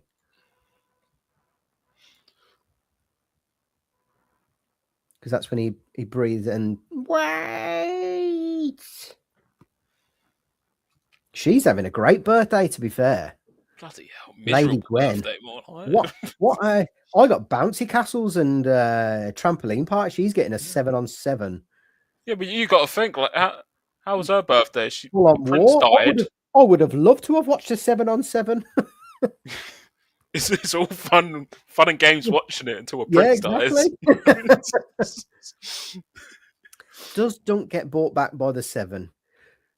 You know what? I was watching a Preston Jacobs thing, and he said something, and it got me thinking. Maybe he was brought back by a blood raven somehow. Perhaps. If you think about Blood Raven is tied into so many theories. He is. I can't keep up. Blame blood. I've heard one that said Blood Raven walked into Maegor and struck Baelor. I've heard loads like that. I've got a suspicion it will probably come out that he's involved with a lot of stuff. Yeah, possibly. But he gets back up, and if that isn't the sight of a man that knows he's going to get his arse handed to him now, I don't know what is. But he keeps fighting. Fair play to him, though. He does. You're right. And now the small folk are on his side, and I love that part, even though he can't stand up straight. And they keep at it. Arian can't find his sword. probably the helmet. Dunks must be in like critical HP. And I mean, we hear what he hears, which is absolutely nothing. Yeah, exactly. Because he's been clouted down the head like complete 3 or 4 instinct times. From this point forth. Exactly. And then Arian attempts to go for the head, but misses and hits his neck. Now you just get this absolute brutal beating with the shield. Yeah. Which I quite enjoyed, if I must admit. It's a bit sick, but... And then Dunk of Flea Bottom. Come on, Absolutely. he's doing what we enough. all wanted to do to him ever since we saw him. 100%. Take that, Beaten him bloody. take that, you little shit. Do you yield? That's when he love yields. this. And after that, Dunk looks to his team and sees Raymond fighting. So he yields. Which, I mean, he's been knighted and gained 100 levels. Yeah, exactly. Super XP share has got to be attached to Raymond at this point. Yeah, I don't think Stefan's going for the kill because he doesn't want to be seen as a kin. I don't think either of them are going for the kill, which is probably why they've lasted so long. You're right. They're just having a bit of a because the Kinslayer title is not something to be looked on lightly. 100%. In the Seven Kingdoms. 100% agree. Is this though where we get? Yeah, that's it. So who's got the Morning Star there, or the axe? Maekar is in the middle. Yeah, he's going for Lionel. Yeah, and then you see Baylor swing. Oh yeah, and this is where there's a back shot, and he hits him in the head. This is one. Oh, that was the shot there. Yeah. Absolutely, that was the blow. Oh my god! And you can tell it's like this. It's probably like a powerful shot to the head. So it was deliberate. Oh yeah, I wouldn't call it deliberate. He's in the heat of the moment. Not deliberate in the sense of he wanted to kill his brother, but in the sense of he's not exactly like holding back at that point. This is purely him trying to get to Arian. Yeah, exactly. Yeah. So he's just trying to get them off him. I mean, he's in a 2v1. He's in a 2v1, and another bloke has got his son by the leg. God knows what he's going to do. If it wasn't for Lionel and Baylor still in the fight, Dunk would have got a bloody mace to the head already. I did like this part, I must admit. Tell him. I liked the muffle of the tell him. And he's just like, I withdraw my accusation. I withdraw my accusation.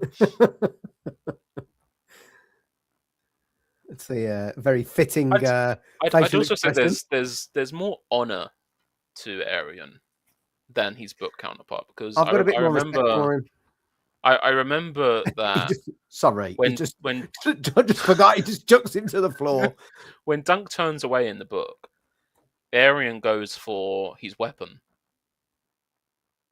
to try and strike him, but that's when Dunk notices and then pulls. Whereas here, he doesn't go for his weapon. He just accepts defeat after the yield.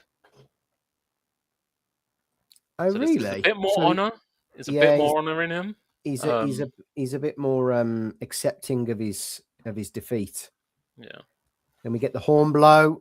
Oh, one of the greatest episodes, man, of Game of Thrones. This was 10 out of 10. So good. 10 out of 10. 100%. Yeah. Cannot fault this in the slightest. This is where we learn that Harding and Beesbury were killed in the first charge. And then we get Baylor swanning in. Steely Pate still in his blacksmithing decides, we'll put hot oil, boiling oil. He's got some dodgy techniques, man. I've sorted your shield, Dunk. Did he fuck? We'll put some boiling oil on doing you. Everything he can to kill him. I'm telling you, Steely Pate is a Targaryen loyalist, 100%. He's an Aryan loyalist. Baylor comes in. He's like, wine, not oil. Oil will kill him. Exactly. And it's just that he's so calm in this moment. Oh, and then we get he says, the realm.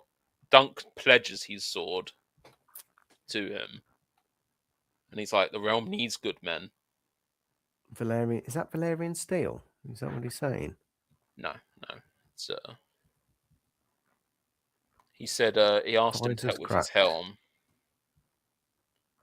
His fingers feel like wood. I thought he said Valerian steel in the captions. Oh, and then they're peeling the helmet off him. Isn't this when Dunk says, "I'm yours"? So that's before. That's the first got you. He has to him. I got This you. is Yeah. when they're pulling off the helmet, and you just hear the squishing sound, and you're like, "Oh crap!" So good, man. Oh, This I see was. the damage. Yeah, we got to get. I've got it on the 1 second skip. So why would you even touch it? Touch it? Well, he wants to know. He wants to know what's happening.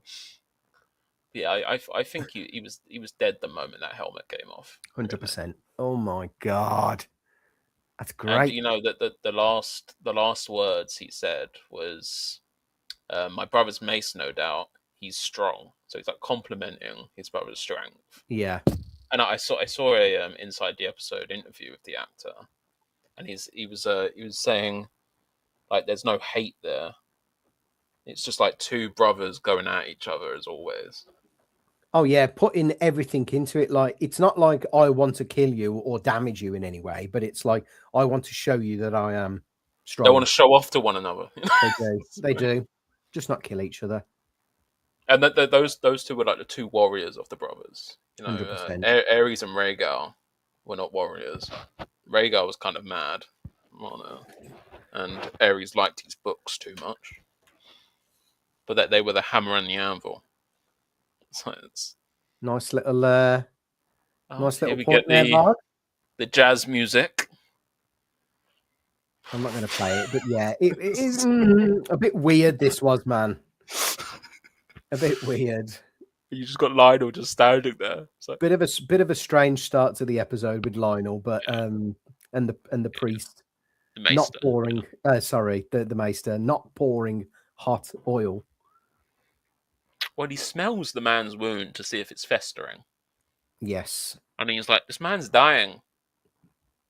And Lionel's just like, "Huh?" The others fucking gelled me. Be off with you, witch. I heard that. The others gelled me. and he's just like, "You're fine." He's a terrible maester. No, Isn't this when he propositions him to go back to Storm's End with yeah, him? he says Storm's End is brutally dull, which I mean it's always raining. It must be Always raining, yeah, always storms. always stormy. And he's like, "You could come with me." Yeah, we'll hunt, hawk, sail, Sounds like a and then blast. that's when he sends the maester off, and he says, "If you come with me, I'll love you like a brother." Before literally putting his hand on his wound to get up, and you just see Dunk wince in pain, and he says, "If not, I'll hate you like a brother." Yeah. Doesn't he drop some line as well about Char? Here we go. Something about the roast, and then So before that we get this thing where he's anti-Targaryen sentiment comes in, where he and then says brute.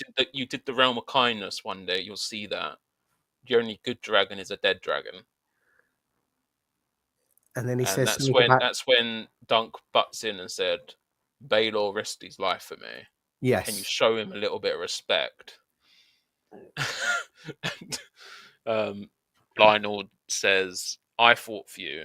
Harding and Beesbury fought for you.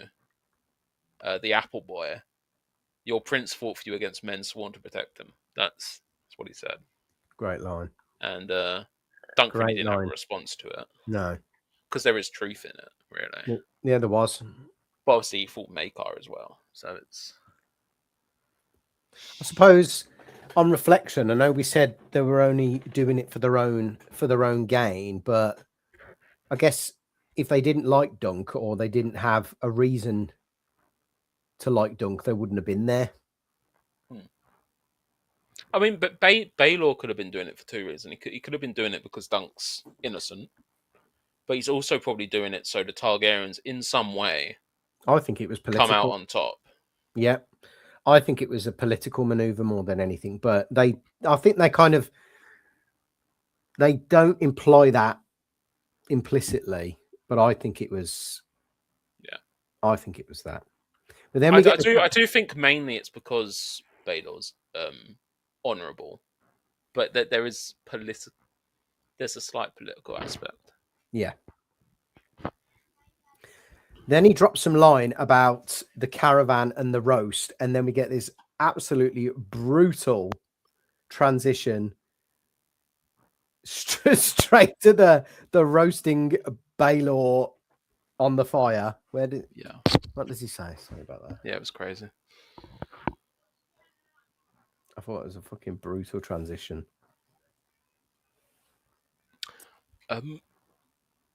Unfortunately, I do have to go. Are you gonna have to drop, pal? I do. Well, I don't know if you want to continue. I mean, I tell you what. What else is there of note to touch on in the next minute? Because if I'm honest, the last episode for me was probably the weakest of the lot. Not much happens in my eyes. Yeah. At least. I know there's stuff wrapped up, and we get the exchange between Makar and Duncan, whether and this great new scene actually not in the books, which I thought was really good with Raymond. Yeah. But then there's the 9 kingdoms, and we've touched straight on that, the 9 kingdoms, which I guess we could touch on another stream. And then we've got the question as to whether or not, I did like that scene actually with the penny. And then we've got the scene with Dunk. Did he go on his own accord, or did he go did he go with Makar's acceptance?